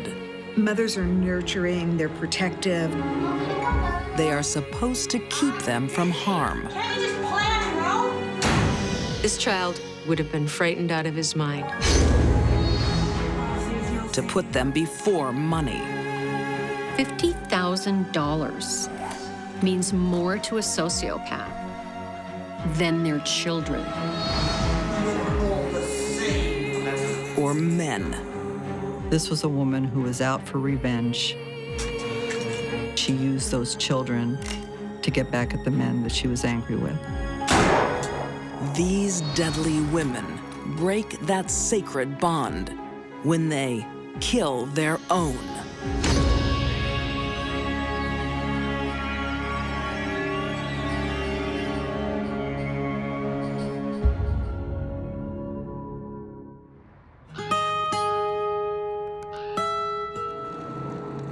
Summer 1996. The peaceful community of Rowlett, near Dallas, Texas, is shattered by an unimaginable crime.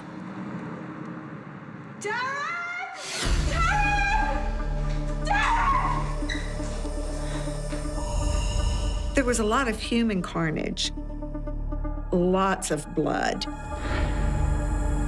2 young brothers are viciously stabbed in the sanctuary of their own home. I've dealt with some of the worst, and it's still hard for me to comprehend the mind that would lead to this kind of horrific crime.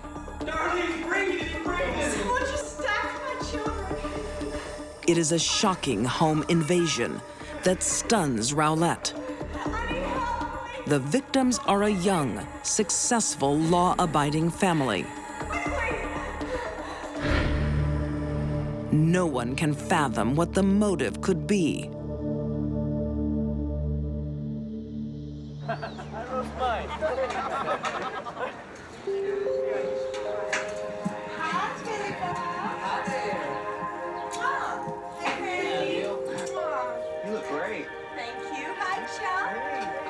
By their mid-20s, teenage sweethearts, Darren and Darlie Routier, are leading enviable lives. We're going to Cancun this weekend. We are going to Cancun. It's going to be fantastic. Again, To the world, she looks like she has everything. She has all the trappings of wealth. She appears to be happy. Seriously? Oh, in some gorgeous little resort. It's not a little resort. It's a five-star resort. Only the best for me. Oh, of course. You will. Thanks to their profitable computer company, they are rich and enjoy flaunting it. Oh, thank you, baby. You're so good to me. Oh, yeah. Did I forget to mention? Darren is in awe of his wife and of her expensive, man-made enhancements. It's worth every cent, let me tell you. She was quite buxom, and Darren just loved that about her. I'm pretty happy with him. He would say, "Isn't Darlie beautiful?" And he would even mention her breasts to them. It's great. You look so beautiful. It smacks of me, look at me. It was overdone. And yet for her, it seemed okay.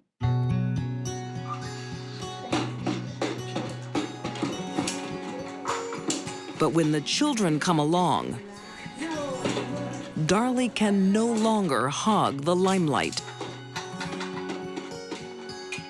Damon was 5, Devin was 7. They loved to play, they had friends, they loved going outside. Great kids. Mom, can you come back with us? I'm busy. The birth of their 3rd son, Drake, makes Darlie a full-time, stay-at-home mom. I don't really care what you've done. And she resents it. I'm busy. Can't you just plan at home? Darren is the caring parent. Darren was, I think, a very involved father. He really, truly loved those 2 boys.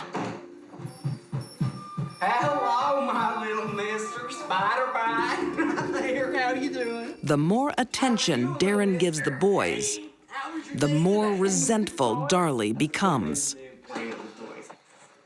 Hey, Mom. What's the matter with you? Well, you go and say hello to the boys first. What's the matter with I think Darlie had a certain amount of jealousy that Darren paid more attention to the boys than he did to her.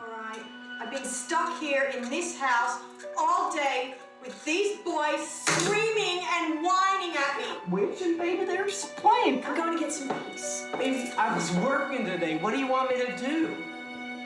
She always was trying to portray this happy face. I love being a mother. We have the perfect life. When just the opposite was true. There were a lot of problems behind the scenes with them.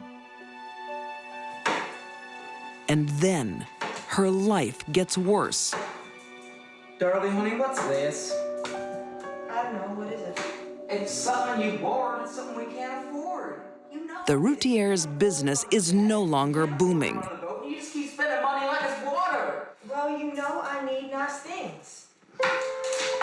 Their lavish lifestyle is slipping away.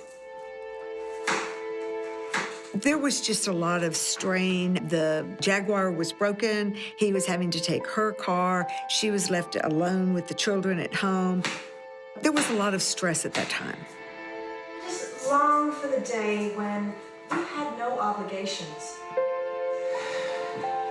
When Darlie looks for someone to blame for her predicament, she doesn't look far. She had some postpartum depression after Drake, the youngest, was born. Postpartum depression is a very, very real thing. And in her mind, which isn't right, the depression is being caused by the babies. Darlie is trying to find a way out. She's trying to find her freedom. How can she achieve that? In her mind, there is only one way.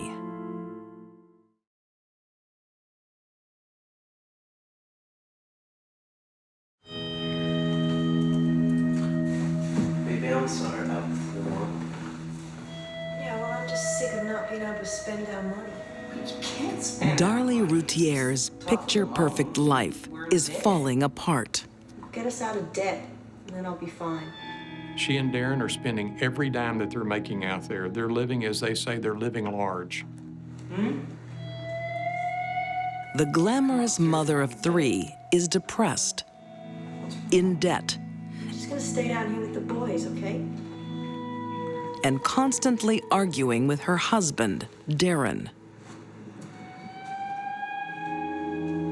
Her life was falling apart. And these stressors all came into play until they finally just exploded that evening.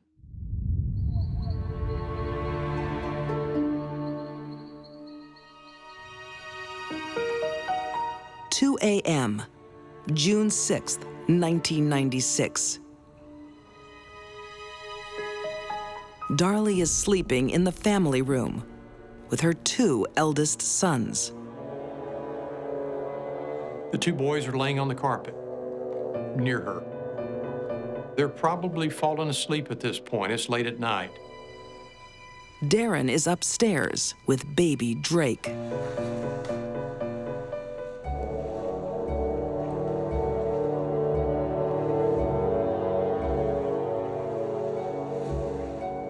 She actually gets a knife out of the kitchen. She approaches the boys.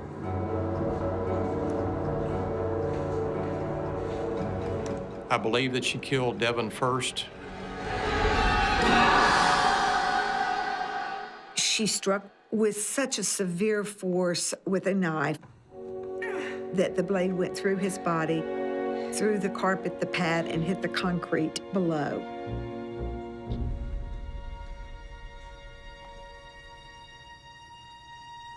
Darlie then turns on 5-year-old Damon.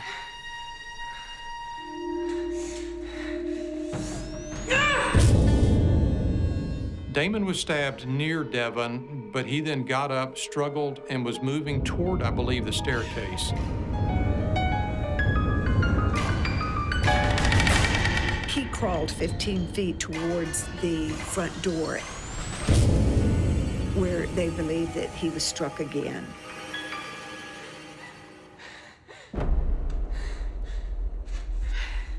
This child would not have lost consciousness immediately and would not have died immediately. He would have seen the person who was stabbing him and, in all likelihood, would have been frightened out of his mind.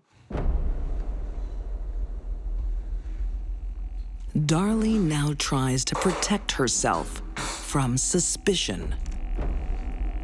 Darlie went into the kitchen, she took that knife, and she slit her own throat. Darlie was trying to create everybody's biggest fear, the big, bad boogeyman who comes and kills your children, or you, or both. Darren! Darren!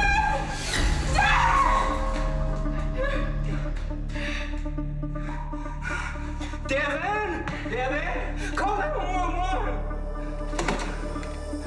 That was one of the strangest 911 calls I've ever heard. Someone just hit Rick. One of her children, Damon, is still breathing. He is still struggling for his life. I thought about it, and he dropped the knife, and I picked it up. And yet in that call, she makes no mention of him, but she starts to talk about possible forensic evidence, fingerprint evidence that may be found out there. And if I hadn't done that, you could have got Prince. When people are calling information into the police, they tend to not reveal anything more on the phone than get over here as quickly as you can. Come quickly. Darlie talked too much.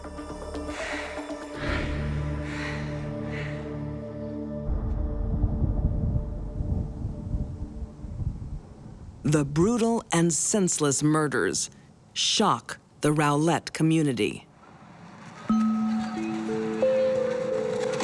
So too does the bizarre performance Darlie stages for the media just 1 week after the murders. One of the boys would have turned 7 the following week, and so she decided to have a birthday party at the cemetery where the boys were buried. How could a mother, a week after the murders themselves, how could she be out there smiling, laughing, and shooting silly string? She was dressed inappropriately, and yet, for her, that was okay. It makes it kind of easy to understand, perhaps, why she killed her children.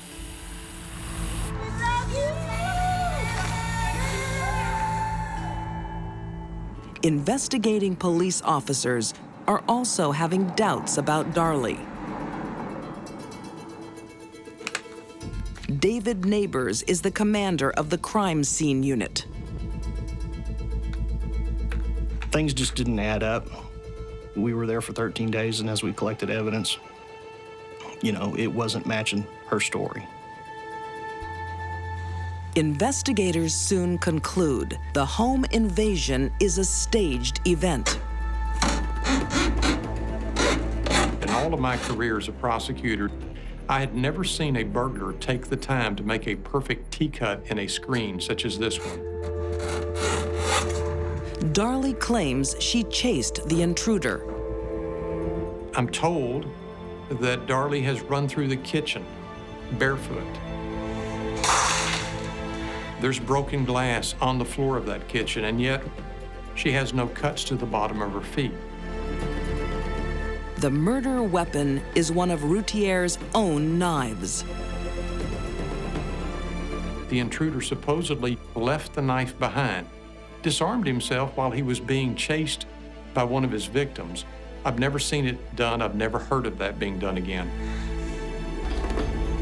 Just as suspicious as the crime scene are Darlie's wounds. She had what I would call superficial wounds compared to the other 2 victims because they had deep penetrating stab wounds to the chest, meant to kill.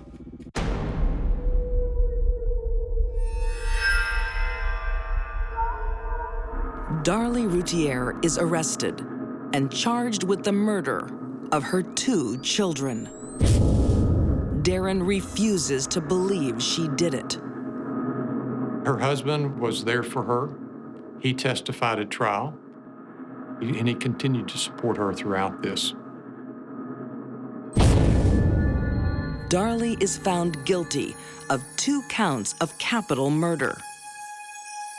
The jury sends her one last message when they hand down their verdict. The jury had placed the pictures of those 2 boys in such a position that Darlie Routier had to sit there and look at the 2 boys' pictures as that verdict was announced. Darlie lives on death row, awaiting her execution. How can you wake up one day and kill both your kids? I don't know how you can do that, but some way she reasoned that she could.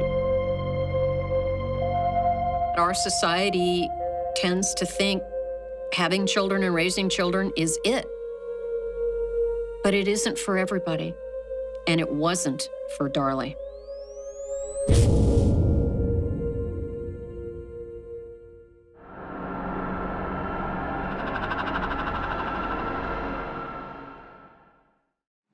Let's go to bed. Every child relies on their mother's love to keep them safe and warm. She had not really very much feeling for them at all. A parent always puts their children first. Okay, come on, time to go to bed. To do that to your children, I can't think of any reason for that. Unless they're more valuable dead.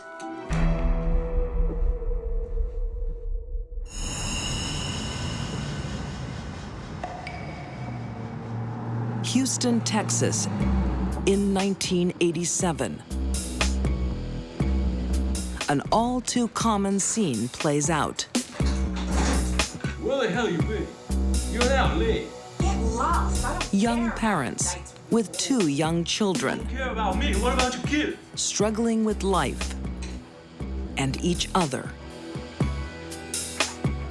Frances had no breaks in life. She didn't have a good education, and she became a mother when she was still a child herself. Is there any money? No, there's no money. Business is bad right now. Frances Newton is 15 when she has her son, Alton, and a few years later, daughter, Farah. It's too much, too soon. Now she and husband Adrian fight constantly.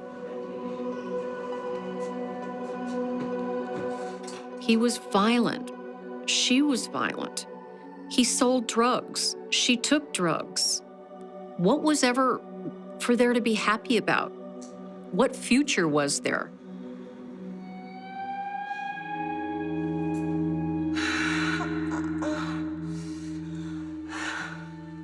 Frances soon finds something to be happy about. A lover. Hoping he can bring the new life she wants. Let's go away together. Somewhere nice.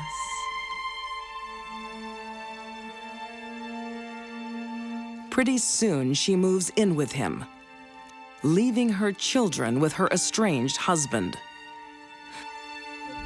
The couple is heading for a divorce. And Frances tells family she's scared of her husband, Adrian. She confides in her cousin. Hey, girls. Hey, Frances.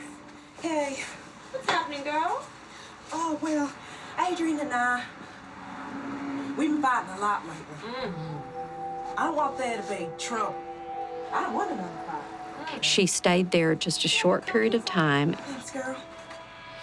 and then she asked her cousin to go back to the apartment with her. Can you come home with me? Sure, girl. Bye, girl. Bye. The children were at the apartment with her husband at the time. On April 7th, 1987, the girls are in for a shock. That's fine. And I'll fix you a drink and thing to eat. Oh, one's fine. It's only a little wet moment, so.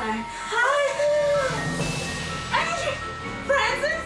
What happened to Her husband was shot while he was asleep on the couch because his body was found on the couch lying face up, indicating that there had not been any struggle.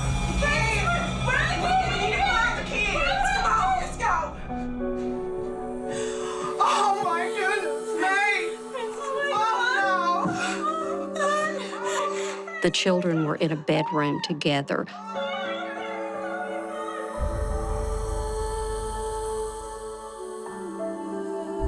Both of the children were asleep and they both were shot.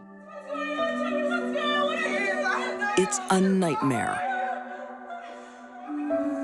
You're talking about a baby's clothing that was covered in blood, and the little boy's clothing was covered in blood, and it was just really something that was heartbreaking.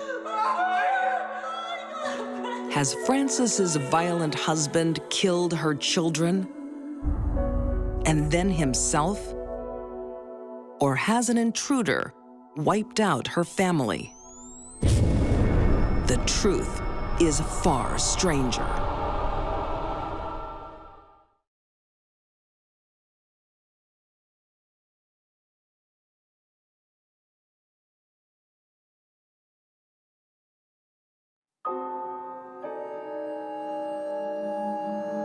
In the spring of 1987, in Houston, Texas, 21-year-old Frances Newton and her cousin discover a shocking crime. Murder-suicide? Intruder? Or something else? The cousin informed the police that Frances had been acting oddly. Before she went back to the apartment, she was telling them, you know, you just never know when you might not see a loved one again. You know, you should never leave your family without letting them know you love them. That's it, girl. You have to tell them. Amen. I mean, you just never know when you might see the loved one again. Frances does something else odd. See, I saw her put this down.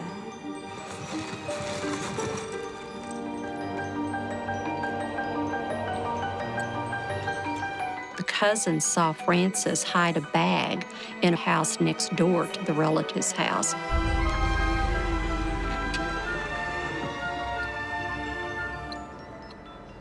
And there is something nobody knows. Frances has taken out life insurance on her family.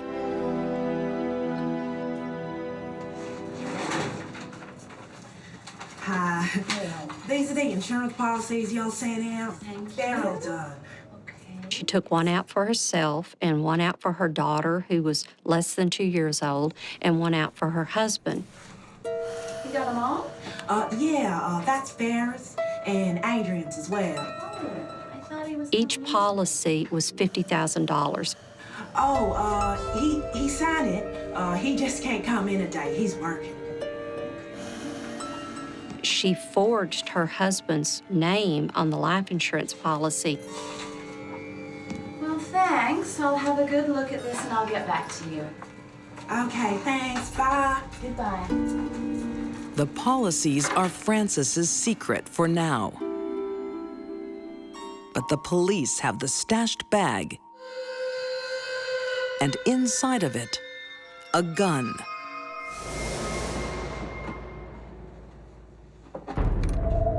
Ballistics testing showed that the bullet from each body was fired from the gun that Frances hid next door to the relative's house, the same gun that had been taken from her boyfriend's apartment. It doesn't take long to piece together the real story.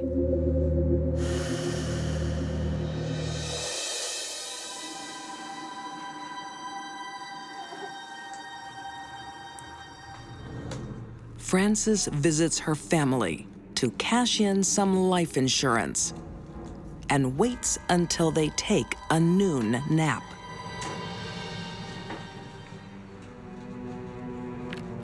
She lacked education in every area of her life. And so 50,000 was like a treasure chest of gold coins. Like the pirates in the movies, it was everything. With every shot, Frances thinks she's scoring another 50 grand.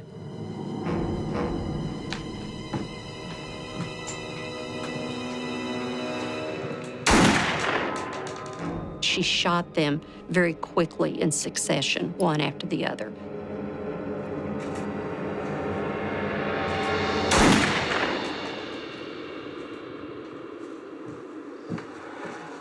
She thought killing them would bring her the money she wanted, followed by the life she wanted.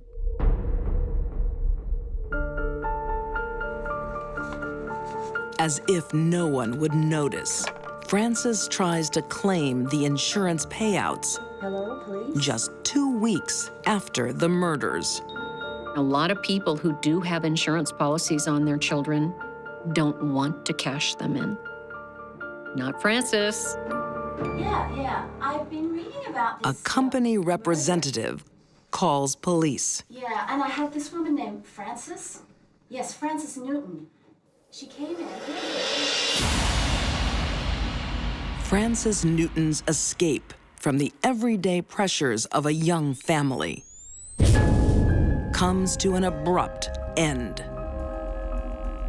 There was just really overwhelming evidence because of the murder weapon, because of her hiding it belonging to her boyfriend, the insurance policies. I mean, you really could not get much stronger evidence than that. Frances Newton is found guilty of capital murder and sentenced to death.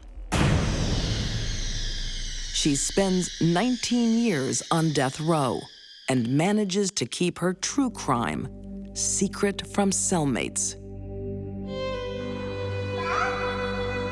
It was smart for Frances to keep her mouth shut and never admit that she killed her own children, or one of the other death row inmates might have killed her. In the end, the state of Texas kills Frances by lethal injection in September 2005. I think Frances was capable of further murders. If they crossed that line to kill their baby and their young child for really no reason other than money, if you cross that line, no telling what other lines you're capable of crossing.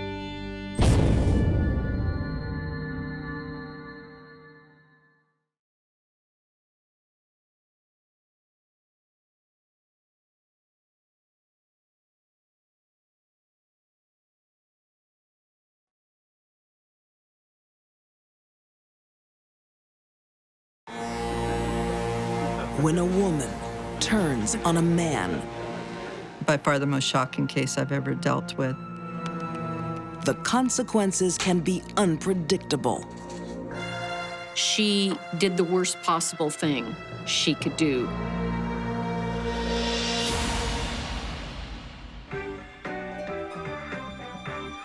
Now, here's your host, Johnny. San Marcos, California, 1997.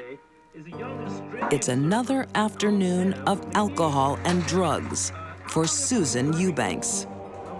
She uses them to mask her pain, as she has from an early age. Susan Eubanks got a rough start in life. It was an alcoholic family. There was physical abuse, emotional abuse, and according to Susan, there was also a lot of sexual abuse. And she married young, probably just to get out of the house. But Susan has no luck in love. Her 2 marriages have failed. She now has 4 sons with 2 different fathers to raise on her own. What are you doing home? Don't speak to me like that. Most of the time, Susan relies on her oldest son, 14-year-old Brandon, to bring up his 3 brothers. We see this in families that are chaotic. The oldest child takes on responsibility, parental responsibilities, for taking care of the younger children.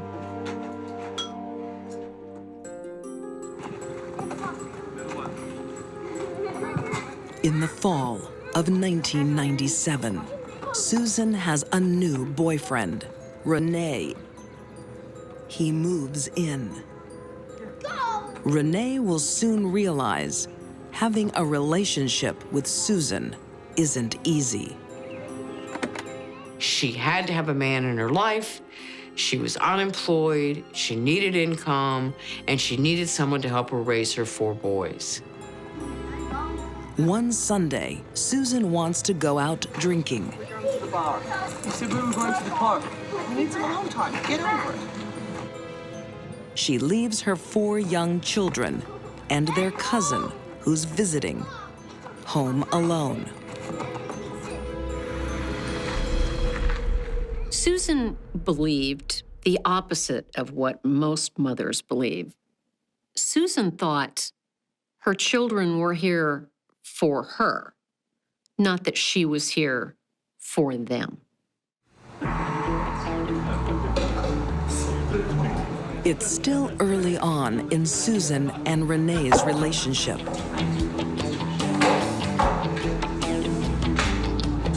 But Renee is not attentive enough for Susan. She's deeply insecure and jealous. She senses he has wandering eyes. Susan is not prepared to be disappointed again. Her sister had talked to her, and she had indicated that she was very anti-male that day. You over there whoring with another woman, and I'm right here. I'm just being friendly. It's like I can't trust you. All right, you know what? That's enough. When Renee tells her he wants out, Susan loses it. Yeah, well, let's see how full I am. They left the bar and went home, and the fight continued. You are not leaving me. You are not leaving me. I'll make everybody pay. You're not leaving me. It was loud. It was physical. Psycho! Done with You're not leaving me! Renee wanted out of the relationship, and Susan was not going to let that happen. That is, you can't take this. You can't leave me. To keep Renee from leaving, Susan makes an unimaginable threat. I'll hurt myself. Stop making stupid threats, Susan. Yeah? I'll hurt the kids. I brought them into this world. I can take them out. Don't talk like that, okay? Renee doesn't take her seriously and tries to calm this wild woman the only way he knows how.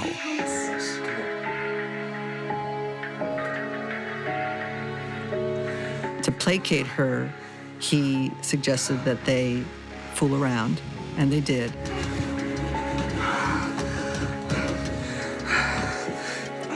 When she was still in the bedroom, he found an opportunity to leave and called the police to ask them to help him remove his property from the residence because I guess he expected there would be a scene.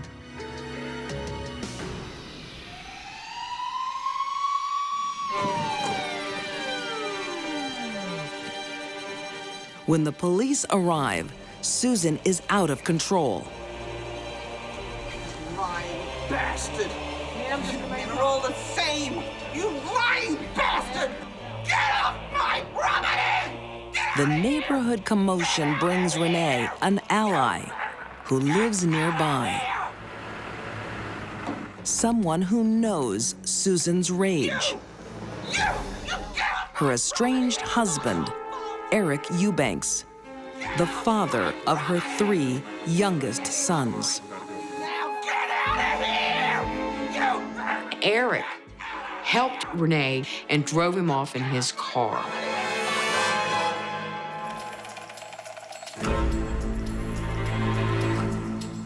Renee's rejection is bad enough, but now a perceived conspiracy between the 2 men sends Susan over the edge. Susan was just whirling into total violence and deliberation and premeditation. Susan plans her revenge. Susan writes to the fathers of the children, "You left me. You left me. Now you prepare yourself to lose what you love the most." It's not just Renee and Eric in her sights. It's also her first husband, John.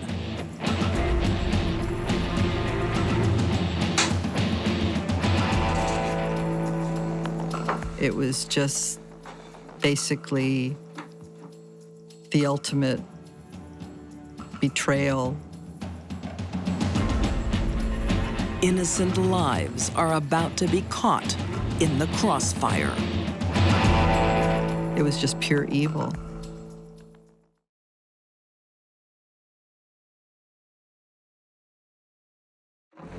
Susan Eubanks is white hot with rage when her boyfriend walks out. You're not leaving! It fuels her anger towards all men. She has already 2 failed marriages and is left with 4 sons. Eric Eubanks, her estranged husband, had received a page that said, "Say goodbye." He had a restraining order against him. So he called the police and asked them to go and check on the welfare of his children. It's urgent. It's an emergency. Something's happening.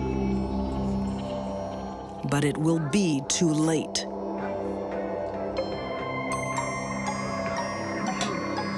Susan has begun her deadly retribution, starting with her oldest, her first husband's son, Brandon.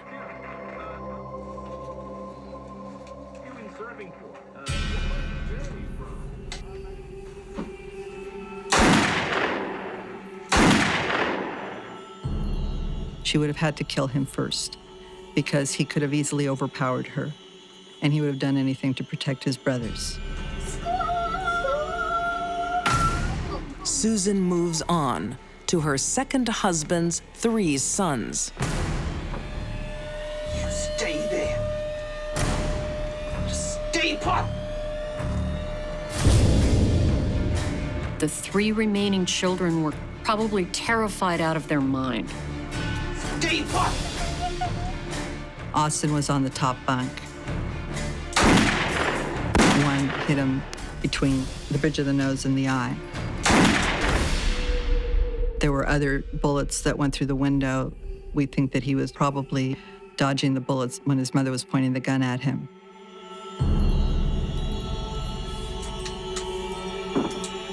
You stay there. Susan's 2 youngest are forced to watch their mother reload. She only had a 5-shot. She has 2 more victims. She could have stopped. Stay put. But there was no stopping.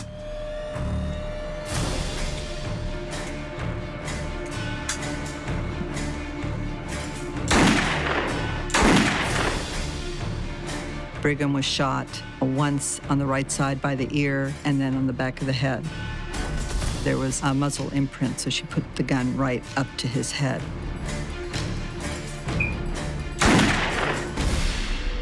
Little Matthew, the 4-year-old, was found at the foot of the bed, and his gunshot wound went through the top of the head.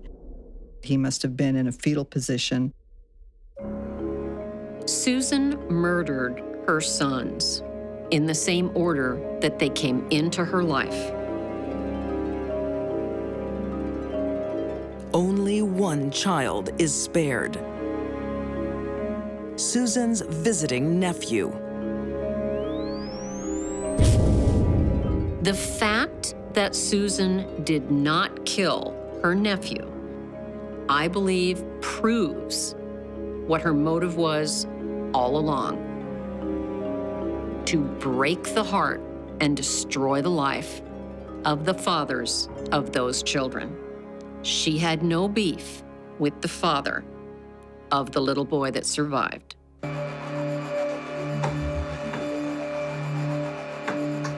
Next, Susan turns the gun on herself.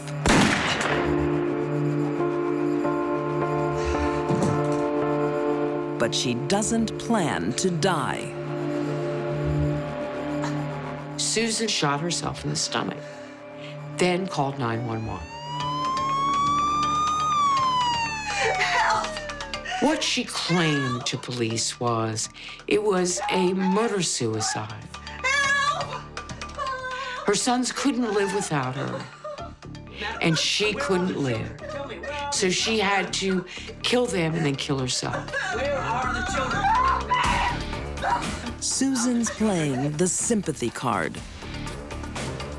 If she really wanted to commit suicide, that bullet would have gone in her head, not in her stomach. She wanted to look their fathers in the eye so she could say to them, I took the most important thing away from you. How does it feel? Susan Eubanks' plea for sympathy falls on deaf ears. In September 1999, she's sentenced to death and is currently awaiting execution in Central California Women's Facility.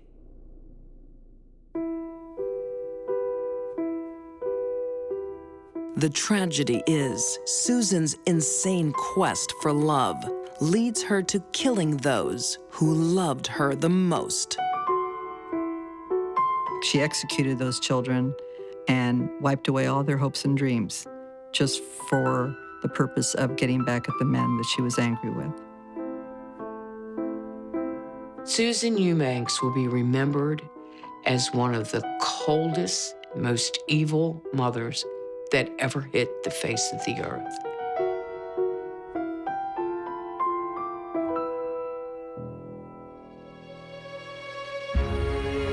These deadly women broke the most sacred of bonds. Darlie Routier sacrificed her sons for attention. Frances Newton wanted money more than her family. And Susan Eubanks' war on men had innocent casualties. These women turned on their own flesh and blood. They were prepared to kill their own.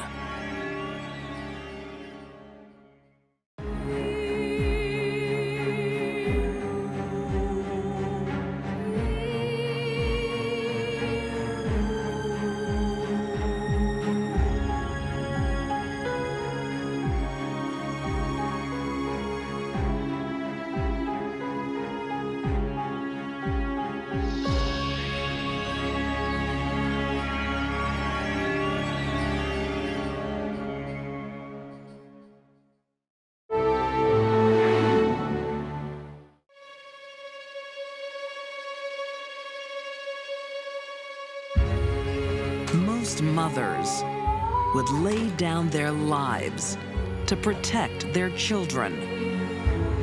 But some send them from the cradle to the grave. A mother commits the ultimate act of betrayal. I can't think of a worse way to die. A jealous wife plots a cold-blooded revenge. Was all about her calling the shots. And having twins is more than one woman can bear.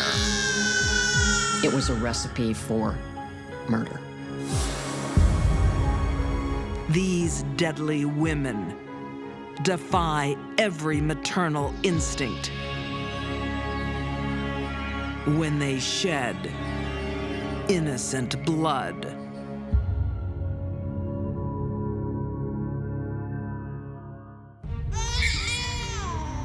Being a mother doesn't come naturally to everyone. I was happy to show her the ropes. And some women never learn. His last moments were filled with sheer, unadulterated terror. This is the most horrendous case of child murder I've ever heard. 2010, the small town of Greenville, Mississippi. 23-year-old Terry Robinson has a 2-year-old son, Tristan, and another baby on the way. You gotta have a baby brother. She was a loving, caring mother. She spoiled him with baseball caps because that's the only thing that he gravitated to. He didn't like anything else. Devoted Terry is both mom and dad to Tristan. The men she chose were highly inappropriate, and the relationships didn't last. Nonetheless, she did her best to care for her little son, Tristan. But it's not easy. Terry is surviving on welfare and has few domestic skills. As her neighbor, Veronica Chillis, soon learns. And I was happy to show her simple things like cooking chicken and making rice and just cooking and taking care of her son, because she was a first-time mother, so she didn't know how to do any of those things. She didn't know how to keep house because she hadn't had this behavior modeled for her while she was growing up. An unstable and tragic childhood gives Terry a tough start in life.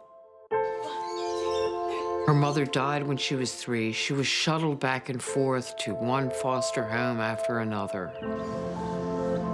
She never had love to give, but once my family started giving her love, then she started opening up and was able to love.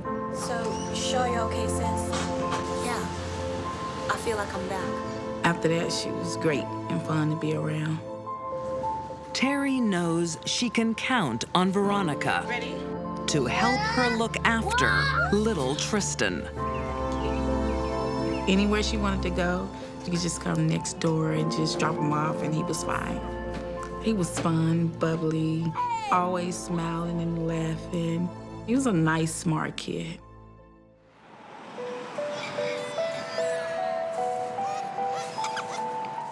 But just as Terry is finding her feet, she's dealt a double blow.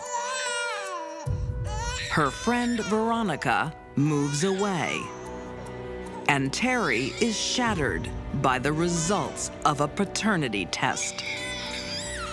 She found out that the man she believed was the father of her youngest child was actually not the father. This contributed to the stress she was already under. And she was ashamed and embarrassed. It was humiliating. She just kept saying, shame on me, I need to be punished. Terry no longer thinks she is worthy of being a mom. She told me that she wanted to give them up, and I talked her out of it. I'm like, you were brought up in the system. Why would you want your kids to be raised in the system? To the outside world, Terry seems to be coping.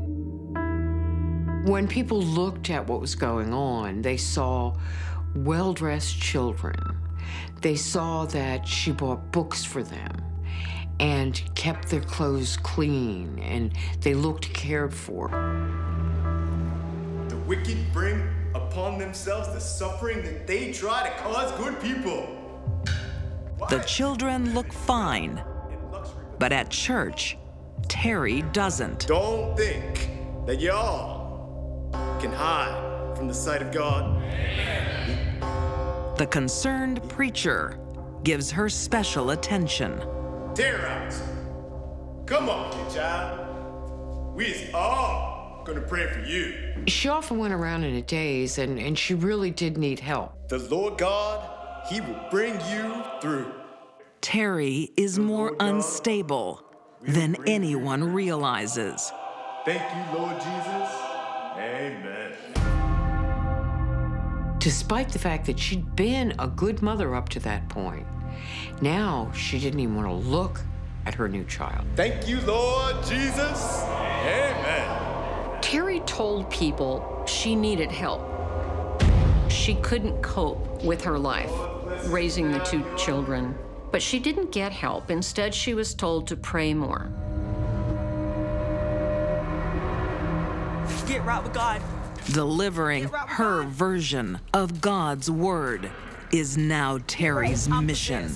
She was clearly disturbed. She was screaming about the devil. The devil's speaking through me. Exhorting people to get right with God. Get right with God. Basically, Terry was a mess. Get right with God. Terry had friends and family, but they didn't live with her. They didn't notice anything was seriously wrong until it was too late. I'm possessed. The devil's speaking through me. It was a disaster waiting to happen, but no one envisioned a disaster of this magnitude.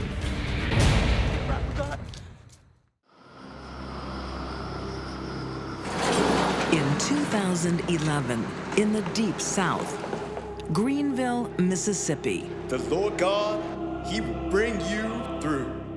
Single mother, 24-year-old Terry Robinson thinks she's a sinner. Thank you, Lord Jesus. The devil's speaking through me. To appease her sins, Terry takes to the street Get right with God. with distorted messages from the Bible. I'm possessed. The devil's speaking through me. Neighbors had said from time to time that they have heard her talking about the demons and saying how she was possessed. The devil's speaking through me. She was saying that all the firstborns in Greenville would have to die. Get right with God. Get right. When a woman who has children is acting very bizarrely and says she's hearing voices, she can't be left with those children.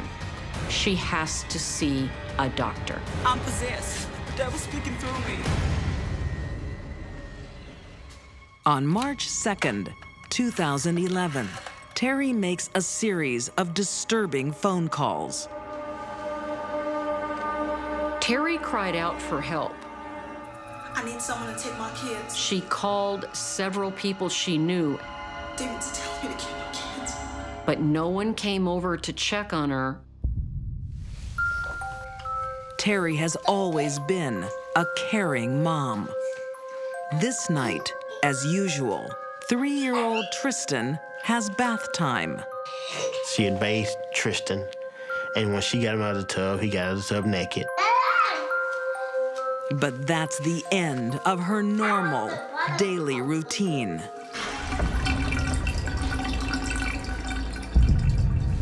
Terry is still being controlled by voices in her head. She said she just kept hearing it repeatedly in her head.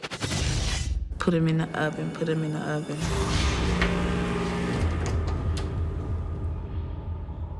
Then she does the unthinkable.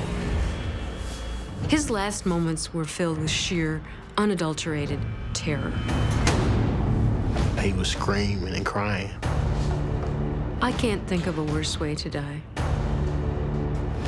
There was no way he could get out. What kind of a mother does that? What kind of a human being does that? Terry leaves her son to die and goes to her baby daughter. Trinity had a white floury substance or white substance on her head. Terry was getting ready to fry her daughter Trinity. But for whatever reason, she doesn't commit a second murder. In fact, her mind switches back to a more sane state when she realizes what she's done.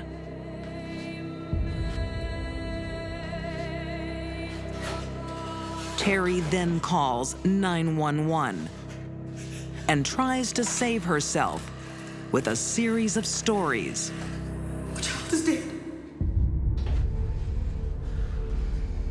All the lies, I think those were her ways to try to get out of this, to try to avoid the police actually arresting her and holding her responsible. My boyfriend left and I came in and found Tristan in the oven. The fact that Terry lied to police about what had really happened does not mean she wasn't crazy when she did it.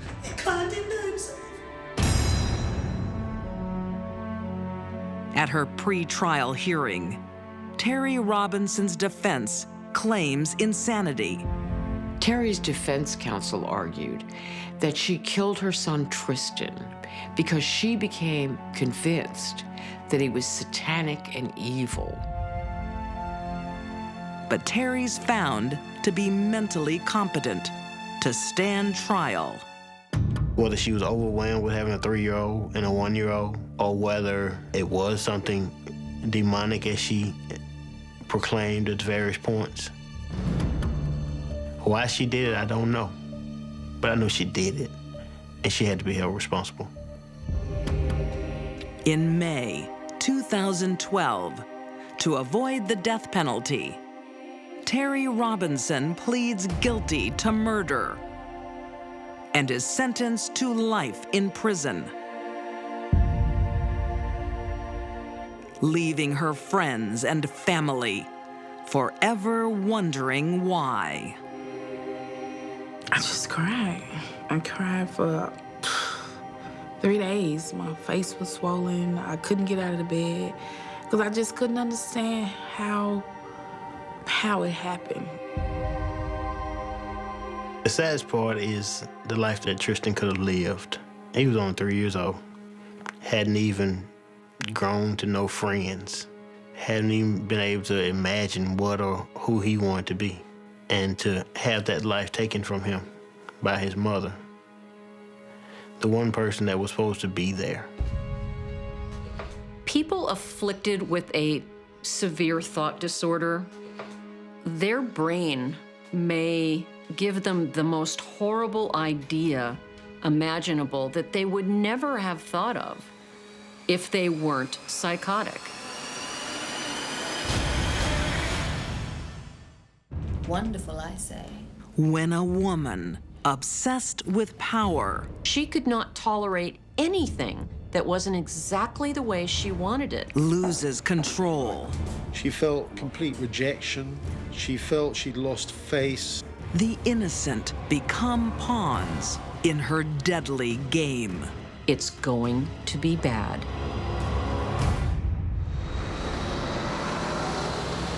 London, England, 2003. 36-year-old Fiona McCrow Nancy. is a businesswoman at the height of her career. Professionally speaking, Fiona was very successful. Just cut the crap and give me the figure. As credit manager at one of England's leading banks. I already told you the client won't consider anything without a 9 in front of it. Fiona's role is high paid and high responsibility. Paul, get over here. Fiona was obviously a very intelligent woman, and she was quite calculating as well. What Fiona wants, Fiona gets. And she set her sights on her colleague, 41-year-old Paul Donison. Not bad. Fiona met Paul Donison when they worked together, and very quickly a classic office romance blossomed. Wonderful, I say. There's just one problem. Keep this up and you're going to get that promotion. Paul is still sharing a home with his estranged wife. For their children's sake. Thanks for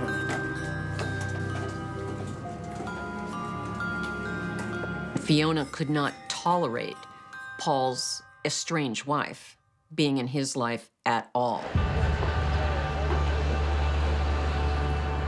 Just months into the affair, Fiona drops a bombshell. Why are you so chuffed? I think Paul was surprised. I'm pregnant. That she'd fallen pregnant. What? I'm still living with my wife and kids. It's a little complicated. Well, hurry up and move out. Man up and do what needs to be done. It's possible Fiona deliberately got pregnant in an attempt to get Paul away from his estranged wife. If that is Fiona's plan, it doesn't work. When baby daughter Mia arrives, Paul remains in his first family's home. Fiona was pretty jealous about the fact that Paul continued to live in the same house as his wife. But within a year, a tragedy. In April 2004, Something wrong with my baby. Fiona makes a frantic call to paramedics. She's not moving at all. Sadly, it's too late. Tiny Mia is a victim of crib death. Their loss brings the grieving parents together.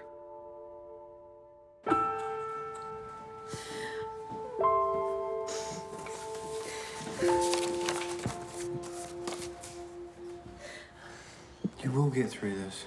I can't do it alone anymore. I can't be in this house by myself. It was only after that that Paul moved out of the family house to comfort Fiona. Well, maybe it's time I moved in, yeah. Really? Oh. When Paul left his wife and moved in with Fiona after their baby mysteriously died, she got exactly what she wanted. Fiona's got her man, but he won't make her his wife. Fiona started referring to herself as Fiona Donison. Paul just thought this was a casual use of his surname, but in fact, secretly, she changed her name by deed poll to his.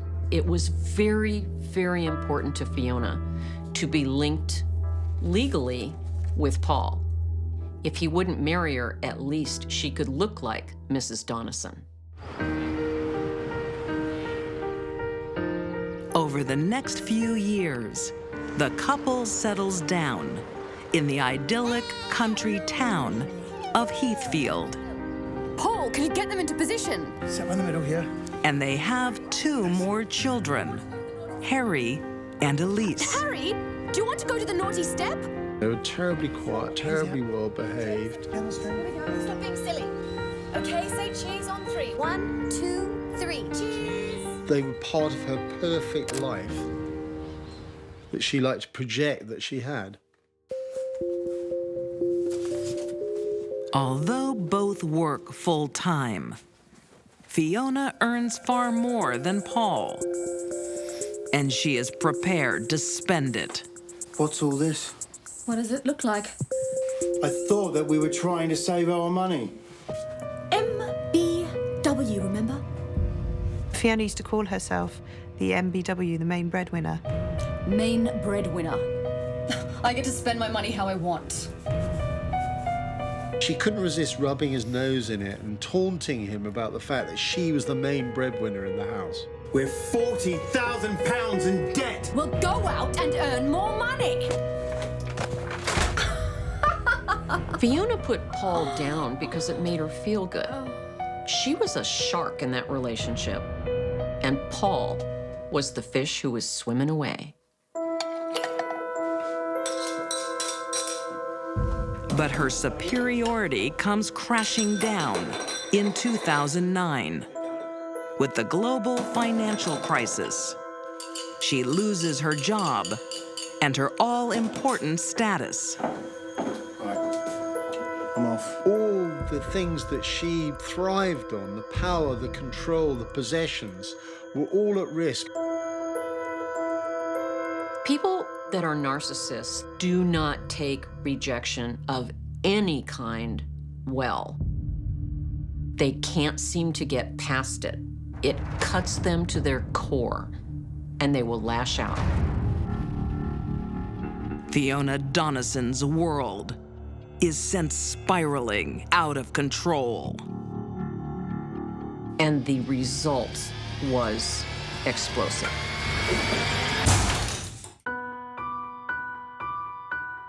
In tranquil Heathfield, England, 43-year-old Fiona Donison's universe implodes when she loses her high-powered job. She felt complete rejection. She felt she'd lost face. What are you so dressed up for? I'm meeting some clients. You're meeting Alison. Fiona becomes possessive and suspicious. You're a liar. Now she has no one to control but Paul. Fiona convinced herself that Paul was having an affair with an old school friend called Alison, but in fact, that was a purely platonic relationship. You really need to get a job. Despite Paul's assurances, Fiona is insanely jealous. She was jealous of someone else who she believed had stolen that man from her. Fiona decides to teach Paul a lesson. Without warning, she leaves him and takes their toddlers, Harry and Elise, with her. There's no stopping a narcissist when they're on a mission to hurt someone. Fiona doesn't want to be with Paul, but she does want to destroy his reputation. She cries wolf to the police. My husband is abusive. She claimed he had assaulted her. I don't want him near the children. I want him arrested. And the police became involved and he was arrested and bailed. Fiona was trash-talking Paul to anyone that would listen. But the problem was, no one listened to her. When the police dismiss Fiona's allegations, her threats become more personal. It made her furious. She even rings up Alison on at least 2 occasions to say, If you're sleeping with Paul, I will never let him see those children again. No one knew how dark that statement was. For weeks, Fiona won't let Paul see his children. Finally, she begrudgingly agrees. Paul went in to see Elise, who was sleeping. Fiona was being quite cold towards him and staring at him, giving him evil looks. Harry was in his pajamas and he gave him a toy that he'd brought back from America for him and gave him a cuddle. Go to your room. Paul doesn't realize it will be his last visit.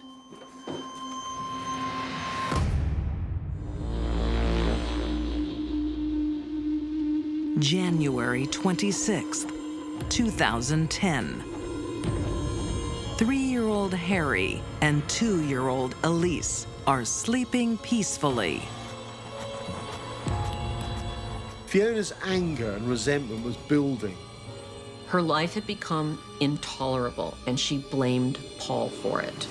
So Paul was going to be the one that had to pay.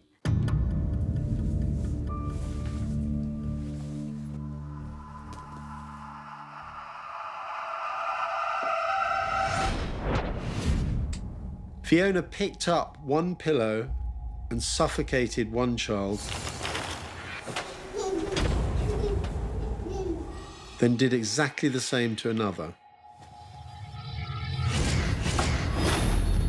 The greatest blow she could have dealt him was to kill his children. And that's exactly what she did. But Fiona's revenge isn't complete. She puts her children's tiny bodies in bags and drives them 90 miles away to where Paul lives. Armed with 2 large kitchen knives, Fiona then breaks into that family home in Heathfield. She'd thrown a brick through the window and waits in the darkness for Paul to return. Killing Paul's children isn't enough. She wants the ultimate revenge. Her plan is that when he does return, she will kill him and he will be blamed for the death of their 2 children. Fiona put a lot of planning into murdering her children and probably was going to murder Paul after she told him she had killed his children. But Paul doesn't come home that night, leaving Fiona with the bodies of her 2 children in the trunk of her car. She then decides to kill herself.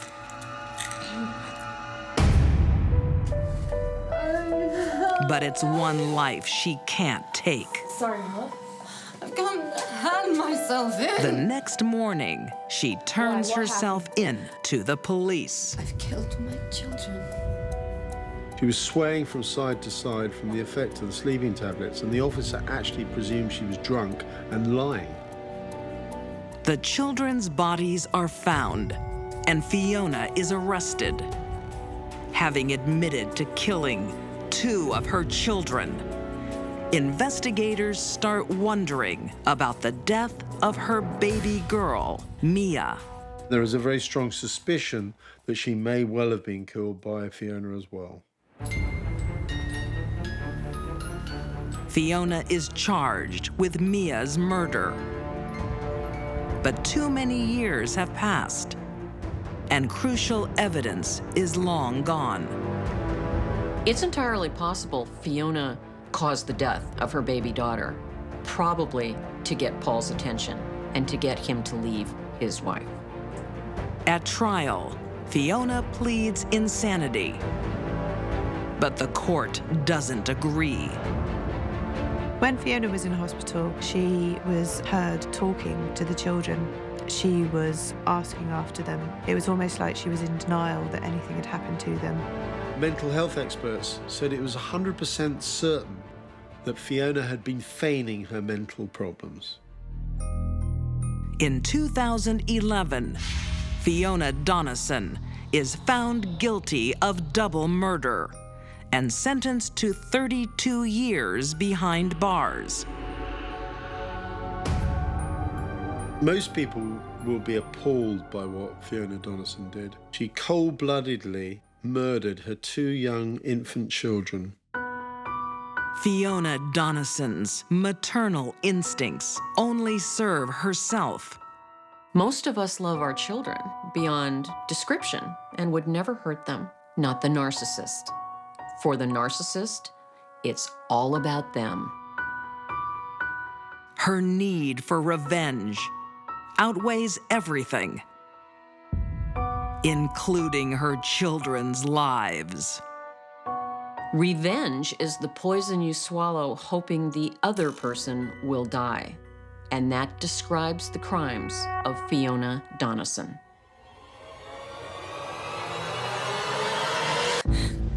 Sometimes what we wish for, she wanted to be a mother, and dream of, she was so desperate, can turn into a nightmare.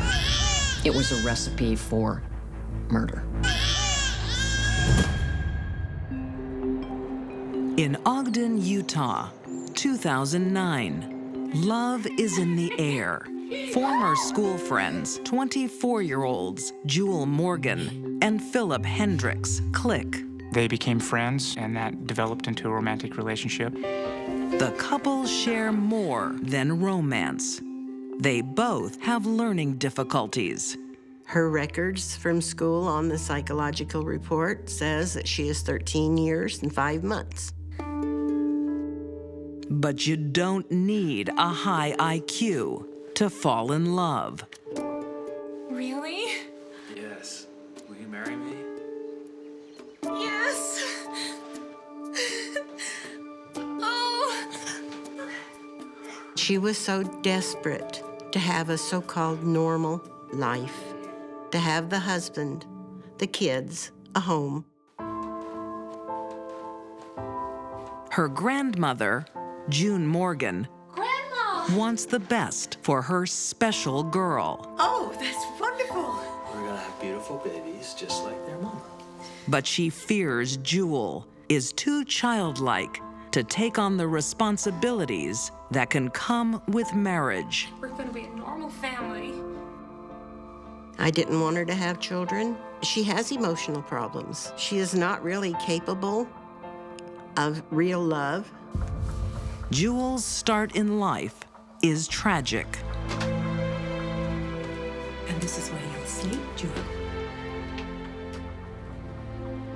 At the age of 12, her mother dies from chronic diabetes. Her mother was sick all of her life, and she never knew if she was going to have a mother when she came home from school or not. Yes, darling, that's for you. Her father isn't around. And that. June takes her granddaughter in. But her mother's death isn't Jewel's only scar. She has been physically abused. She has been sexually abused by my daughter's boyfriends. And she had a whole lot to get over.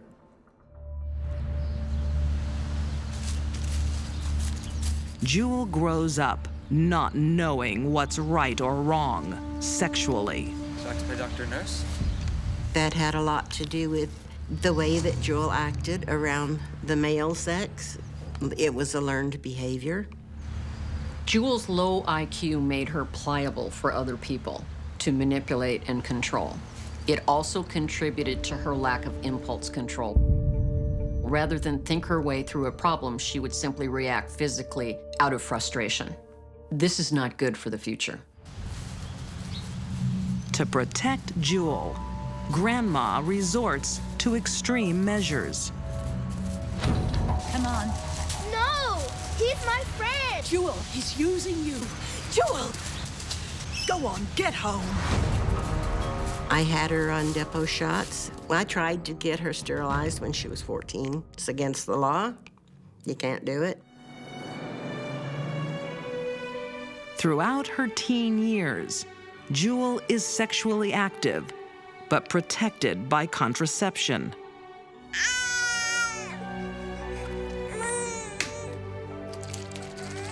But now a married woman, she starts a family. Is that okay? That's perfect. In 2009, she's blessed with not one baby, but two. They were both born at 33.5 weeks, so they were premature, and they also had health problems with that. The babies require ongoing medical care. She gets regular visits from the Department of Family Services. To make sure the pressure is on here. I'm gonna check this. She was given instructions on taking care of the babies at home. Make sure this is connected. Make sure this is on. Robert was allergic to normal formula, and they had to give him soy formula. Want to make sure these plastic pieces are connected properly. Daniel was on oxygen, and he was also on a heart monitor. Make sure you check the oxygen. It would be difficult for any mother to handle a child that was born prematurely once it came home. Constant attention, lack of sleep, ongoing. Multiply that by 2, and that's what Jewel had to deal with. What might be a handful for any parent is even harder for Jewel. Let us know how you're going. Her IQ is 57. Now, that's not a normal person. It was a recipe for murder.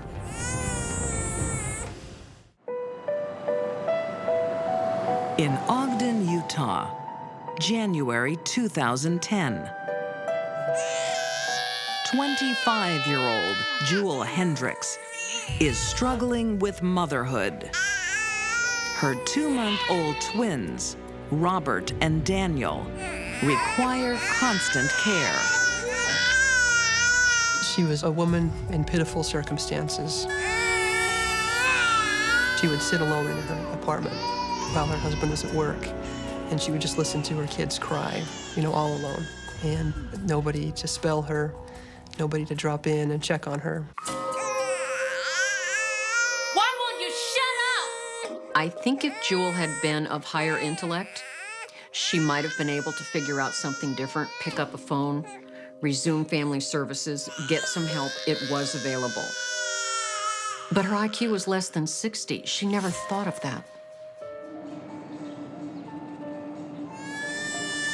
Attempting to stand on their own 2 feet, Jewel and Philip feel the pinch of raising twins on a minimum wage.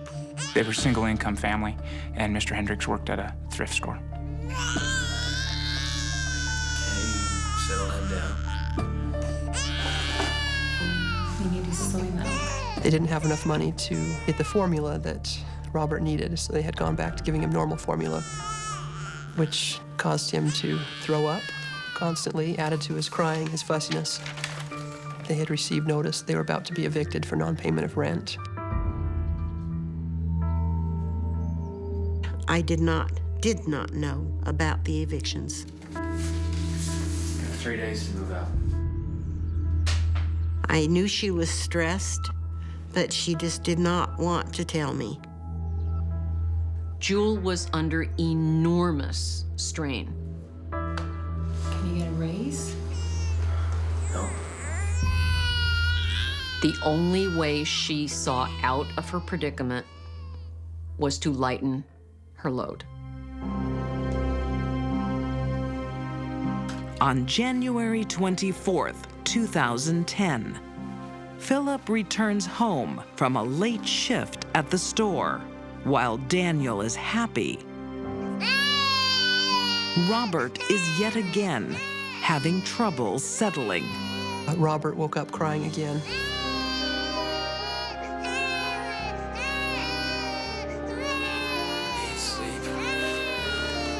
All she wanted him to do was be quiet. She had the idea that with one baby, she could handle it.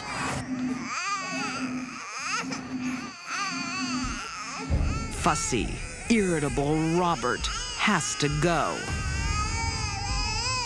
She had taken Robert, held him against her chest, and crushed him, strong enough to break his collarbone. The baby didn't stop crying at that point, and so she placed Robert into a sleeping bag that she was using to cover herself up. She stuffed him into the bottom of the sleeping bag. He was still alive at the time. And then she placed Robert between her body and the couch that she was sleeping on. She rolled over on top of Robert until he stopped crying. She didn't realize that it was a permanent solution to a temporary problem.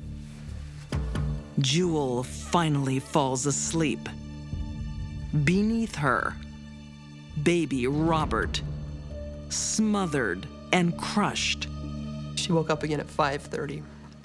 She had slept for 2 hours. She immediately discovered that Robert was lifeless.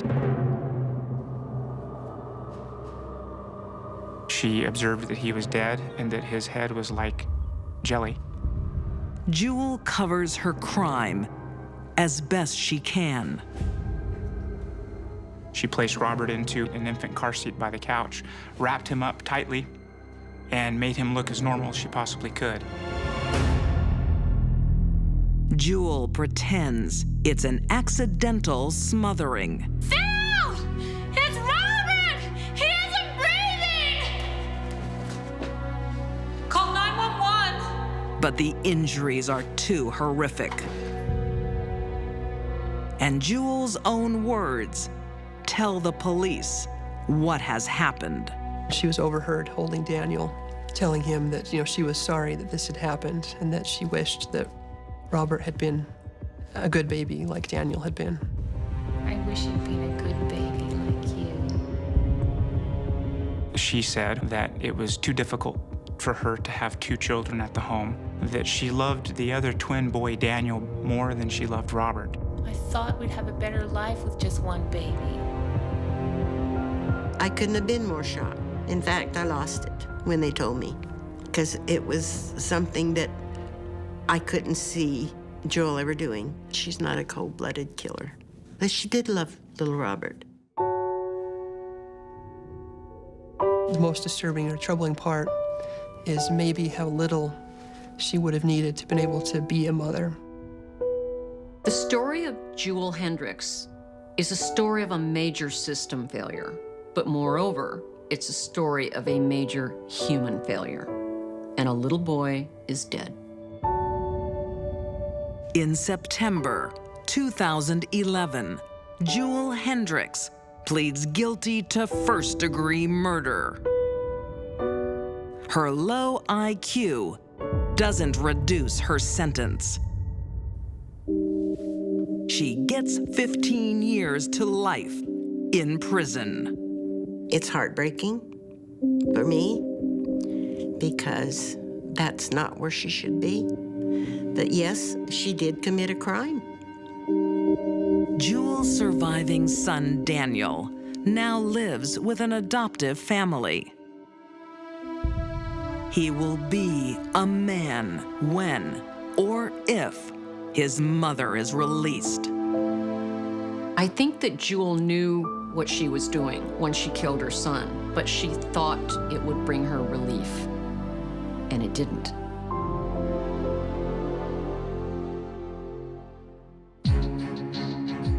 These deadly women severed the most sacred bond. Terry Robinson did the unthinkable. Fiona Donison robbed a loving father. And Jewel Hendricks sacrificed a life and all her dreams. These deadly women gave life and took it away when they spilled innocent blood.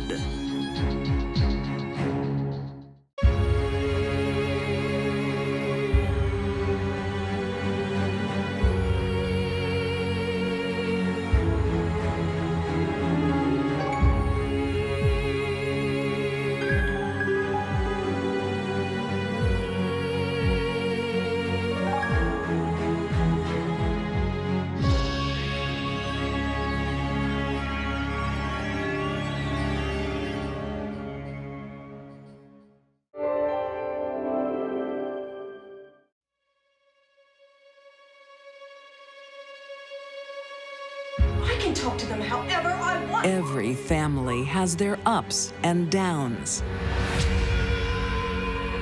But some women take it very personally. A woman uses innocence for revenge. She was going to take the things that they cared for the most. They looked so innocent, but yet they were lifeless. Don't care. A teen plans to be a rich orphan. She hated her parents more than anyone can imagine. You don't even know his family. And tradition sets mother against daughter. If she couldn't live the life that they wanted her to, then she shouldn't live at all. These deadly women don't go far to find their victims. They keep it in the family.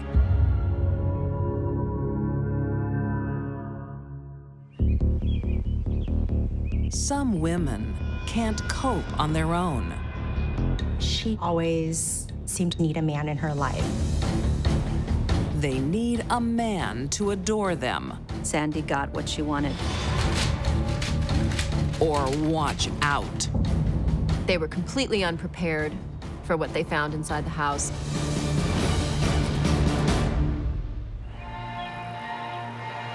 Paris, Southern California, 1986.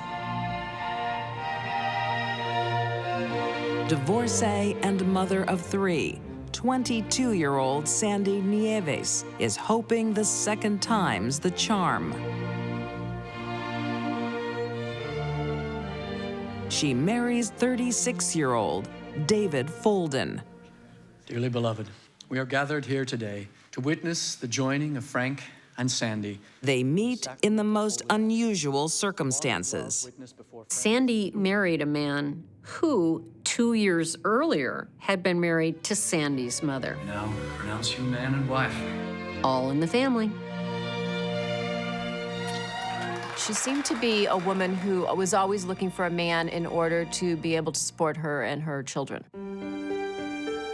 Her mother disowns her, but Sandy doesn't mind. She and David have a growing family of their own. She had 2 more daughters with him. David proves his devotion. She's sound asleep.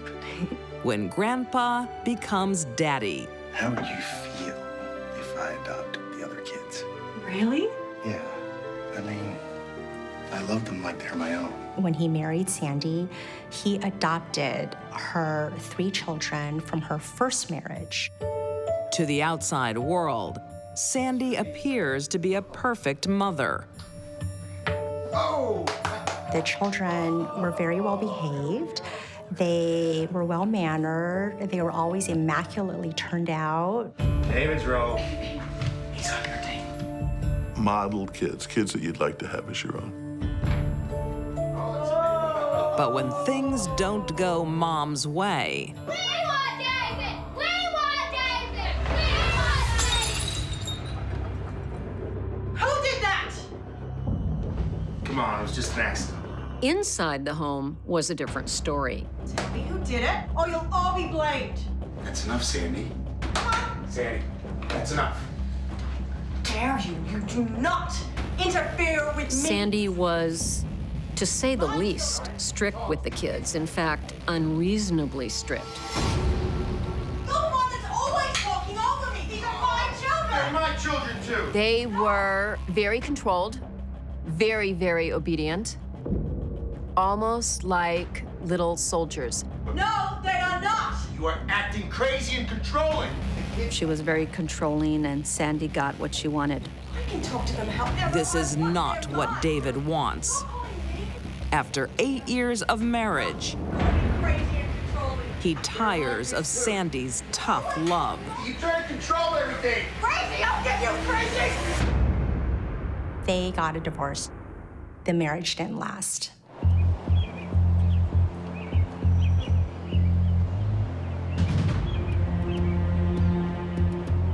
Now a single mom of 5, Sandy is not alone for long. Sandy was the kind of woman who seemed to always need a man in her life. Sandy eventually started dating a younger man who was in his 20s. To Sandy, he's husband material. You know my kids love you. But young Scott isn't ready to be tied down. Yeah, they're cute. Probably highly unlikely to want to step in to a situation and be the stepfather of 5 young children. Scott decides he won't be under her control. She wanted to get married, and he didn't. But I'm not ready to be a dad. And eventually they did break up. Sandy tries to get back on track without a man in her life. She attended police academy. She was hoping to become a police officer. But Scott leaves her a parting gift. What was really devastating to Sandy was that he not only dumped her, but he left her pregnant. And she realized that she could not care for a 6th child on her own. Can you please call me? We need to talk. Eventually, she had an abortion, something that was very much against her nature. Because she was Mormon, and that conflicted, it clashed with her beliefs. It made her feel guilty. When a woman has an abortion, there is, within a few days, a rather abrupt hormonal shift that can cause a significant mood swing. If a woman goes in to have an abortion and she's already upset, there's a good chance when she has that mood swing, it's not going to be good. She's going to be depressed and anxious. Sandy's losing control of her life. And things get worse when her ex-husband, David, wants out of the adoption. Sandy received papers notifying her that her second husband had reversed his adoption of her 3 older children. Andy will potentially see a big drop in her child support payments. Sandy's now lost all control. I think it pushed her over the brink.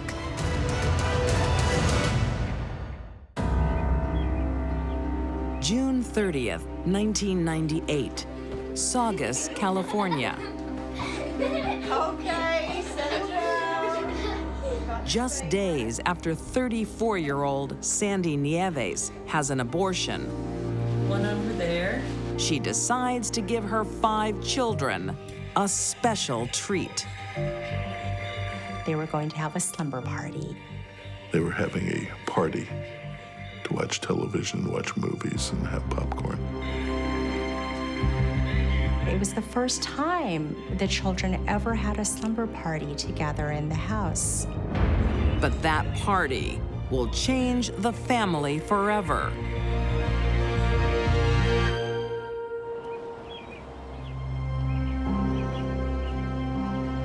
The next morning, the house becomes a potential crime scene. Sandy and her 14-year-old son are outside, dazed and confused. She had no memory. Nothing at all? That she just couldn't remember anything that had happened. Inside the house, police officers are horrified by what they find. They found 4 girls still in their pajamas, still in their sleeping bags, and they were all dead. These little girls looked so innocent, but yet, you know, they were lifeless. It was determined that they died from carbon monoxide poisoning. When Sandy is told her 4 young daughters are dead, her reaction is unusual. But there was no emotion in her face. She was just very blank and matter-of-fact about it. Detective Dolores Scott is one of the first to search the home. She smells gasoline. 4 different pours of gasoline in the hallway. The oven was open, and there was a singed kitchen towel. There are signs of a fire, but it's not intense enough to burn more than the carpet.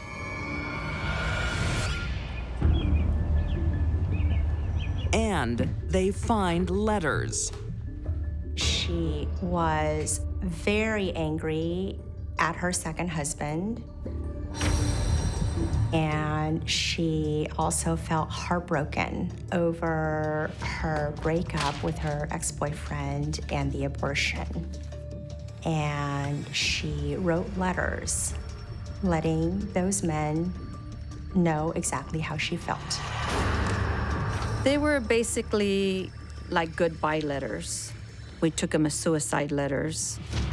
Everything that we found in the initial stage of the investigation led to her. It becomes painfully clear what happened that night. After the movie was over, the children settled down to sleep. She had poured gasoline on certain spots in the house. 1.5 gallons of gas were used. She has another message for the former men in her life. She was angry. She was a woman scorned.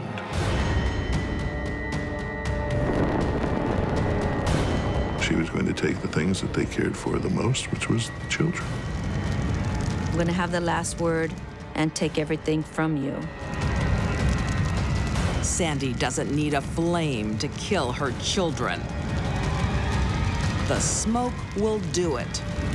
She taped the doors and windows, probably thinking that that would keep the smoke in the room, not knowing that the fire needed oxygen. As the girls start to suffocate, one begs her mom for help. Mom, I need to go to the toilet. I feel sick. As she needed to go throw up. Well, throw up on the floor. Sandy said no. Stay where you are and just throw up on the floor. Put your head under the blanket. She told the children to keep breathing into their blankets. These children were so controlled by her and so obedient, they just took that as, okay, mommy knows best. By morning, the 4 young girls are dead.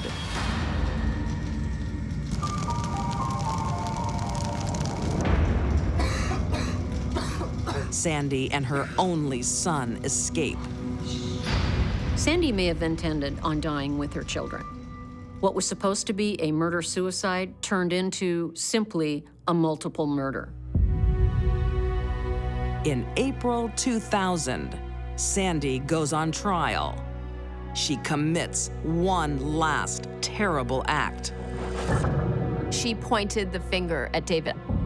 If it wasn't bad enough that we knew this woman had deliberately tried to murder her kids by fire, now she was going to try and save herself by pinning it on her one surviving son. She'd lost 4 children. What's one more? The jury doesn't buy her story. Sandy Nieves is convicted of murdering her 4 daughters and attempting to murder her son. She was sentenced to death. Sandy wanted the world to see her as the perfect mom, but her children were just pawns in her deadly game. Sandy was of sound mind. She murdered her 4 children and tried to murder her 5th because she was angry at the men in her life who had gotten her pregnant.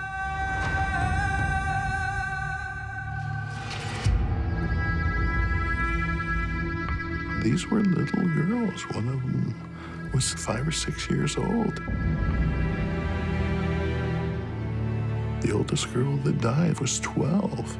They were just beginning life. It still bothers me every day because you just can't get them out of your mind. It's devastating.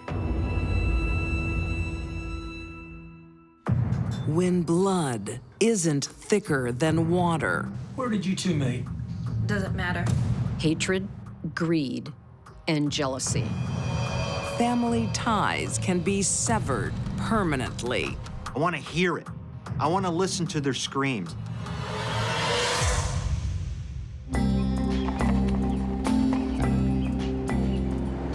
In an affluent suburb of Fort Worth, Texas, in the early 1990s, high school graduate, 18-year-old Nicole Yaskanis is having more than the usual teen angst. Nicole's parents divorced when she was 11, and she went to live with her father. She was in therapy for depression and trying to understand her father and mother's divorce. Her father, Bob's second marriage to 48-year-old Alitha makes matters worse. Hey, Nicole, got a sec? Nicole became jealous, oddly, that her father and stepmother were living in such luxury. She didn't speak to her dad and stepmother. She resented them very much, but they wouldn't give up on her.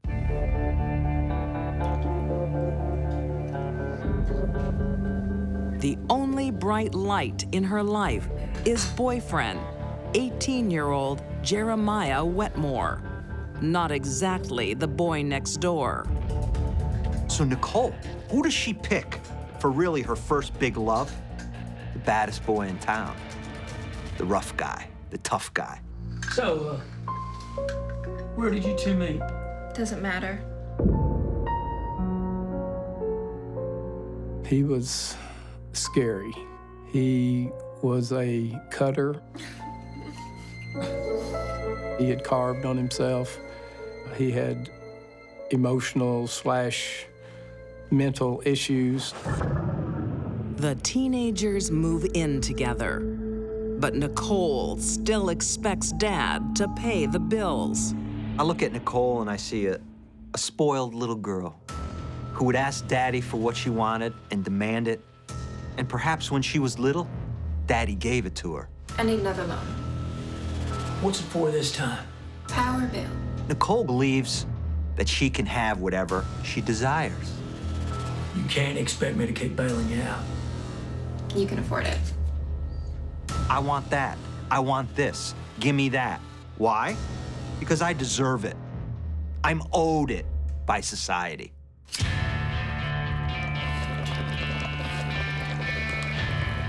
Best is to shoot him.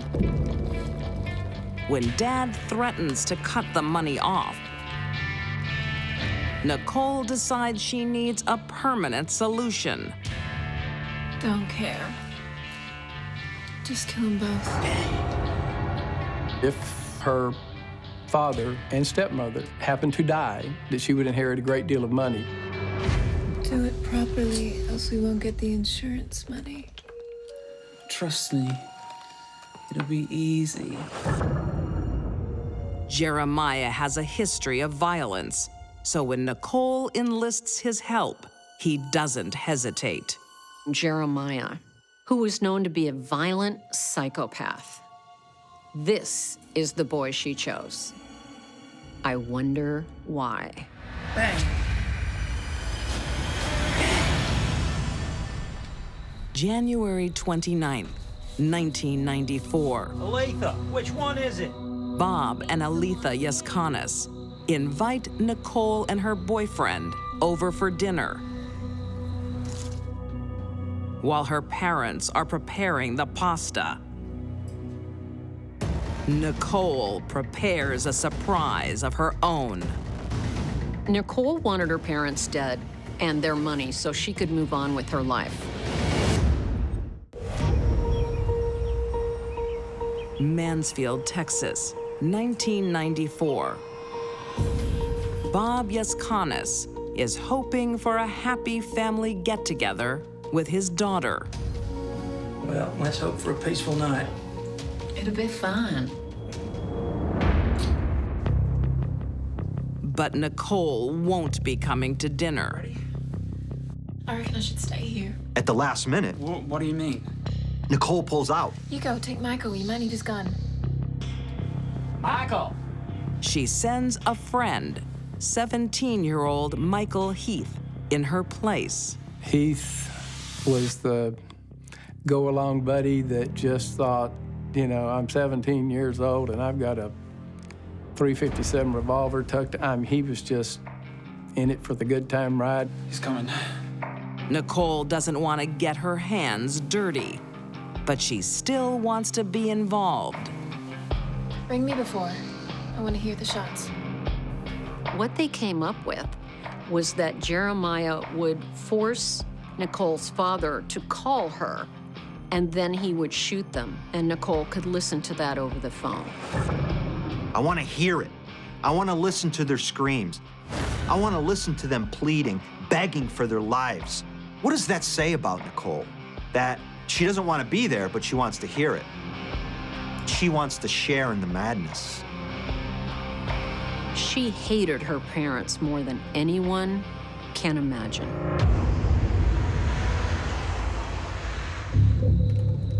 So Michael and Jeremiah, they drive up to the house, they walk up to the door, but what we know is, inside their jackets, they got weapons.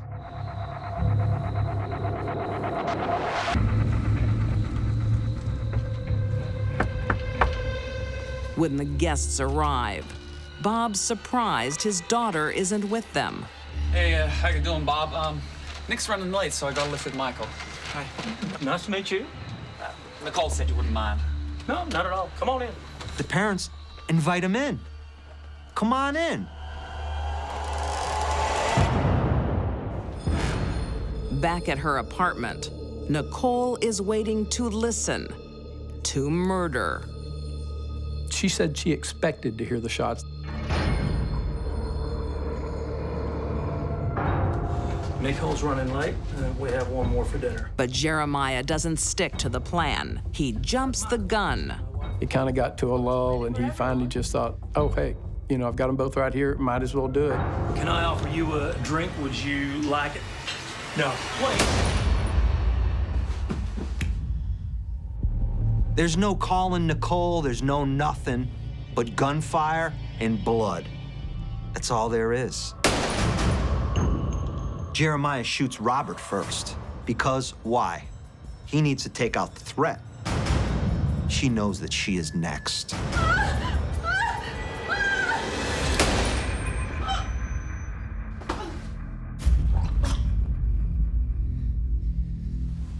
There can be no other worse feeling than knowing you're gonna die. For 2 days, Bob and Aletha are missing. Hello? Concerned co-workers call the police. Is Yes, call us. As I remember, the front door was completely unlocked. They had a crime scene with 2 dead bodies in a dining room, several shell casings, not much else.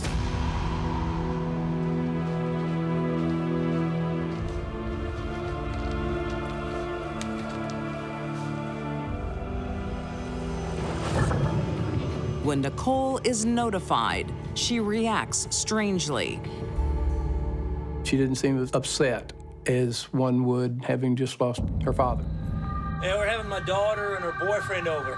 What's more, neighbors tell police Nicole was expected for dinner 2 nights earlier.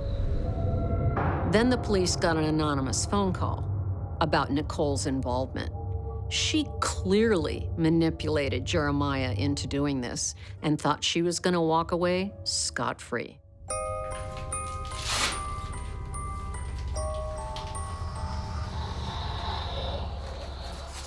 It's enough to ask Nicole to take a polygraph.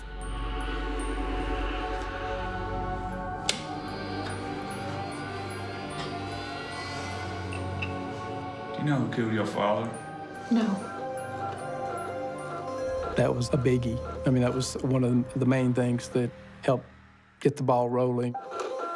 Knowing she's in trouble over the coming days, Nicole decides to talk about her boyfriend, Jeremiah. It's Jeremiah.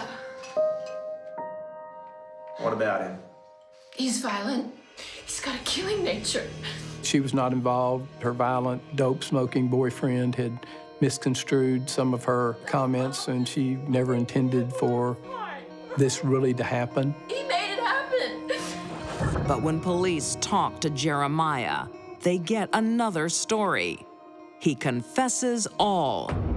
When I asked him how did it feel to shoot those people at point-blank range in their own dining room in their house, he kind of hunkered down just a little bit and got a grin on his face, and he said, "What a rush." But he was not obviously the mastermind. Jeremiah Wetmore pleads guilty to capital murder and is sentenced to life. Michael Heath pleads guilty to conspiracy to commit capital murder. He receives 35 years in prison. I don't think Nicole could have ever killed her parents herself. Nicole didn't want to get her hands dirty, and she didn't want to go to jail. In 1995, Nicole Yaskanis is behind bars, guilty of capital murder. Nicole could have been anything she wanted to be, but instead, she's a murderer. The poor little rich girl is given life with no chance of parole for 40 years. I think there were 3 factors motivating Nicole to have her parents murdered: hatred, greed, and jealousy. And that's a very potent drug. A woman straddling 2 cultures. She seemed to dominate the family. You smile or else. Turns her faith into fury. Disobey us, and this will happen to you.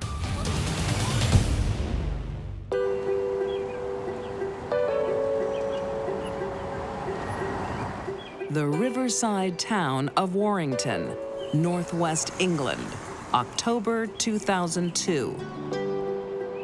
16-year-old Shafilia Ahmed makes plans for the weekend. Hey, would you like to come see a band on the weekend? That's a great idea. You want to go? I know I want to, but... Just think about it. She was a bright, bubbly girl. She worked very hard at school. She had a lot of friends. 477. Shafilia is no rebellious teenager. She's a bright student with big dreams.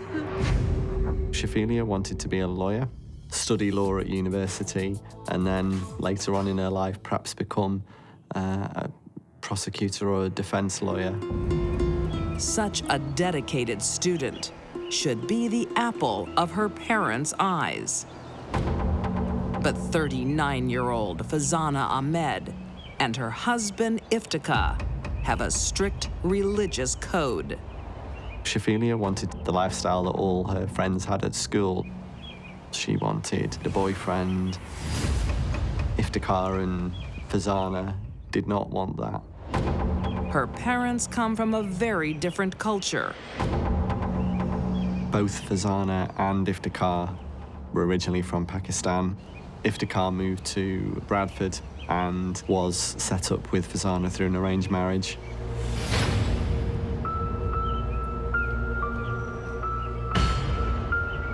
Do something. They want their eldest daughter, Shafelia, to follow in her mother's footsteps.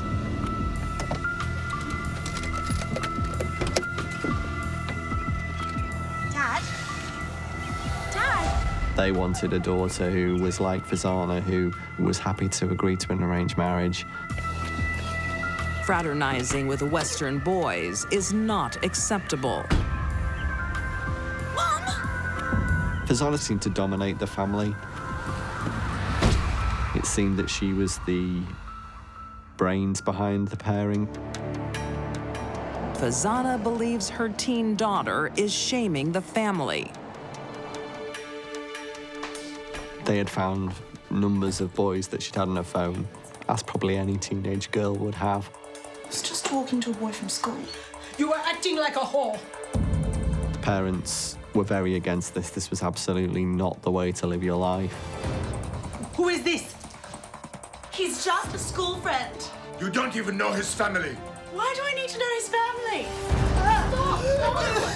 Shafelia feels the full wrath of her mother's fury.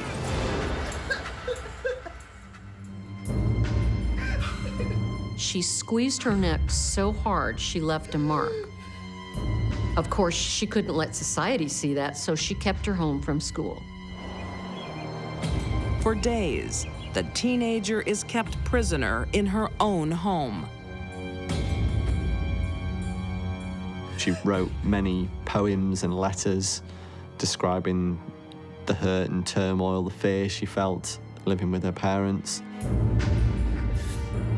She wrote in her diary, "I wish I could please my parents, but all I do is bring shame to them." Shafelia's diary revealed that she didn't hate her parents. She loved them and wanted their approval. They just wouldn't give it.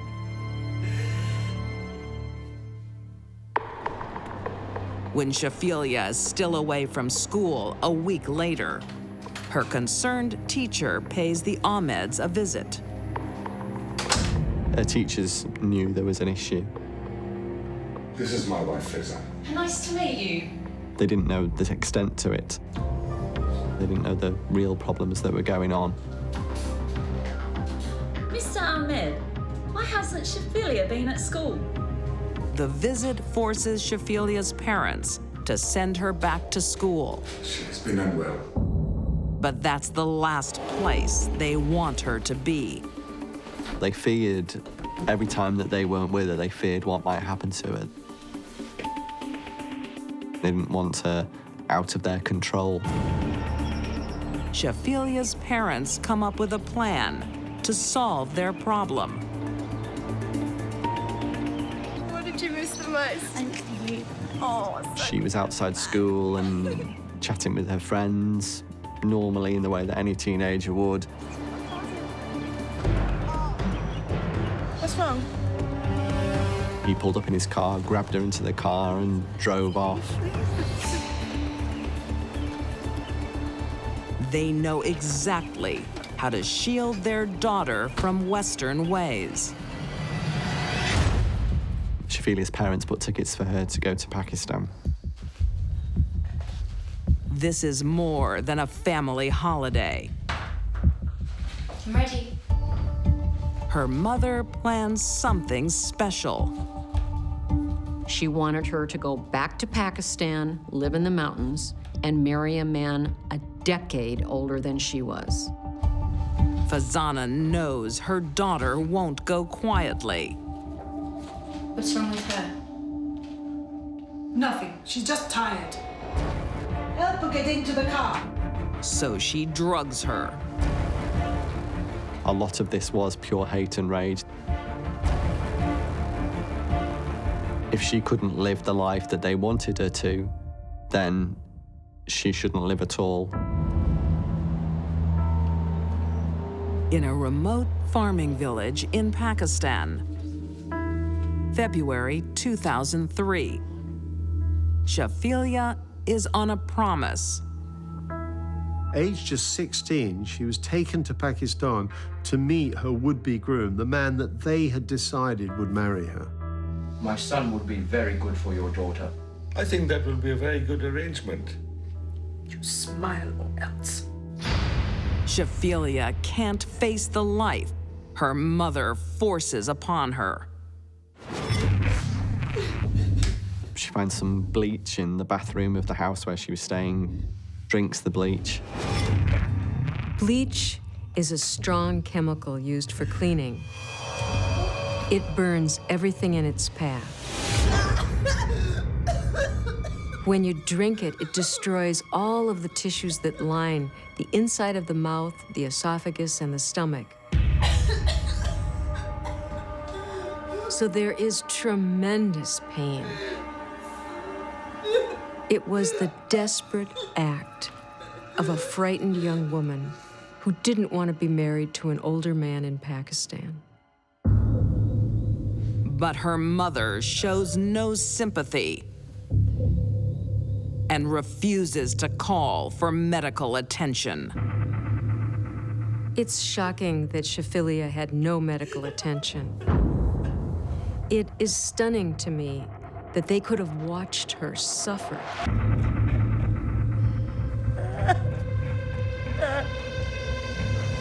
They probably didn't care at that point if she lived or died. They didn't want anything to do with her. In 2003, 16-year-old Shafilia Ahmed avoids an arranged marriage in Pakistan, but at a terrible price. She is seriously ill after drinking bleach. The family returns to England. She went to hospital herself. It wasn't the parents that took her to hospital. She realized she was ill and needed help. The suicide attempt leaves Shafilia weak for months. But by September 11th, she's back to her Western ways. Iftikhar. She turned up without a coat on and a T-shirt. Sit. And they deemed that to be a disrespectful Western style of dress. They were furious. How dare you wear that top in public? Mom has had enough of her defiance. Where is your coat? Stop it, Daddy! A lot of this was pure hate and rage. This was a girl who, as they saw it, had brought utter shame on their family, had continually disobeyed them. Shafilia's sister watches helplessly. Just finish it here. During the attack, Fazana shouted, "Finish it." She wanted Shafilia dead. Iftikhar grabbed a carrier bag and stuffed it inside her mouth to smother her, to stop her from breathing. She couldn't take a breath, and when she did try to breathe, all she got was the plastic that she inhaled deep into her mouth. Her father put his knee into her chest and upper abdomen. Her chest wall could not expand. Basically, she was suffocated. And her parents held that plastic over her mouth and nose for another 5 or 10 minutes until they were absolutely certain that she was dead. The parents wanted to send a message: disobey us, and this will happen to you. We are powerful, you are not. They dumped their daughter's body in the River Kent. swear their family to secrecy, and tell friends Shafilia's run away. When her parents were asked about it, they just shrugged their shoulders and said she's run away. They wouldn't even release a picture of her. They wouldn't release her surname because they thought it was going to bring shame on their family. Then, 5 months later, Shafilia's body washes up on a riverbank. Was badly decomposed.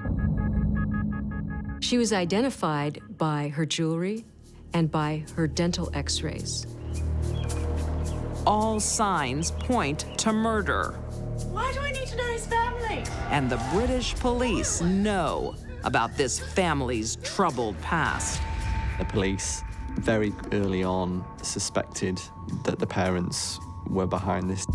The police placed listening devices in the Ahmed home, hoping the parents will incriminate themselves. They heard Shafilia's mum, Fazana, warning the other children not to say anything. It wasn't specifically said that this was about the murder, but it was clear what was implied. But there is no solid evidence against them. There was no way that they could charge them with anything. And Shafilia's siblings stay silent. Watching your sister get killed, you must immediately think, well, who's going to be next? They threatened their children that if they said anything, the same thing would happen to them. They really created a veil of terror. The case goes cold for nearly a decade. Until one of Shafilia's sisters is questioned over a robbery. Now an adult, she finally talks. There's something else I'd like to talk to you about. For Alicia, it's impossible to overstate how frightening a situation this was for her. Your sister's murder. She told the police what had happened. It was Mum and Dad. Mum said she was a disgrace. She sang like a bird. It must have been horrendous for Alicia to keep that secret about the murder of her own sister for so long. Police were so concerned for Alesha's welfare, she was put into witness protection. They believed her parents were that dangerous. They had already killed one child. What would stop them from killing another? Nothing. Fazana and Iftika Ahmed are arrested. In August 2012, they are convicted of murder and sentenced to life. No chance of parole for 25 years. That Fazana was the main instigator of the murder of her own daughter. How could she encourage her own husband to join forces with her to kill this child, this innocent child? Fazana killed one daughter and put the rest of her children through 10 years of silent torture. For Shafilia's siblings, watching such an attack, watching their sister die in front of them, must be something that is going to live with them for the rest of their lives. She was the worst type of mother you could imagine. These deadly women made sure there was no home sweet home. Sandy Nieves sacrificed her children to break their father's hearts. Nicole Yaskanis wanted her inheritance more than her parents. And Fazana Ahmed killed her daughter so she couldn't live the Western way. They took the lives of those they once loved and kept it in the family.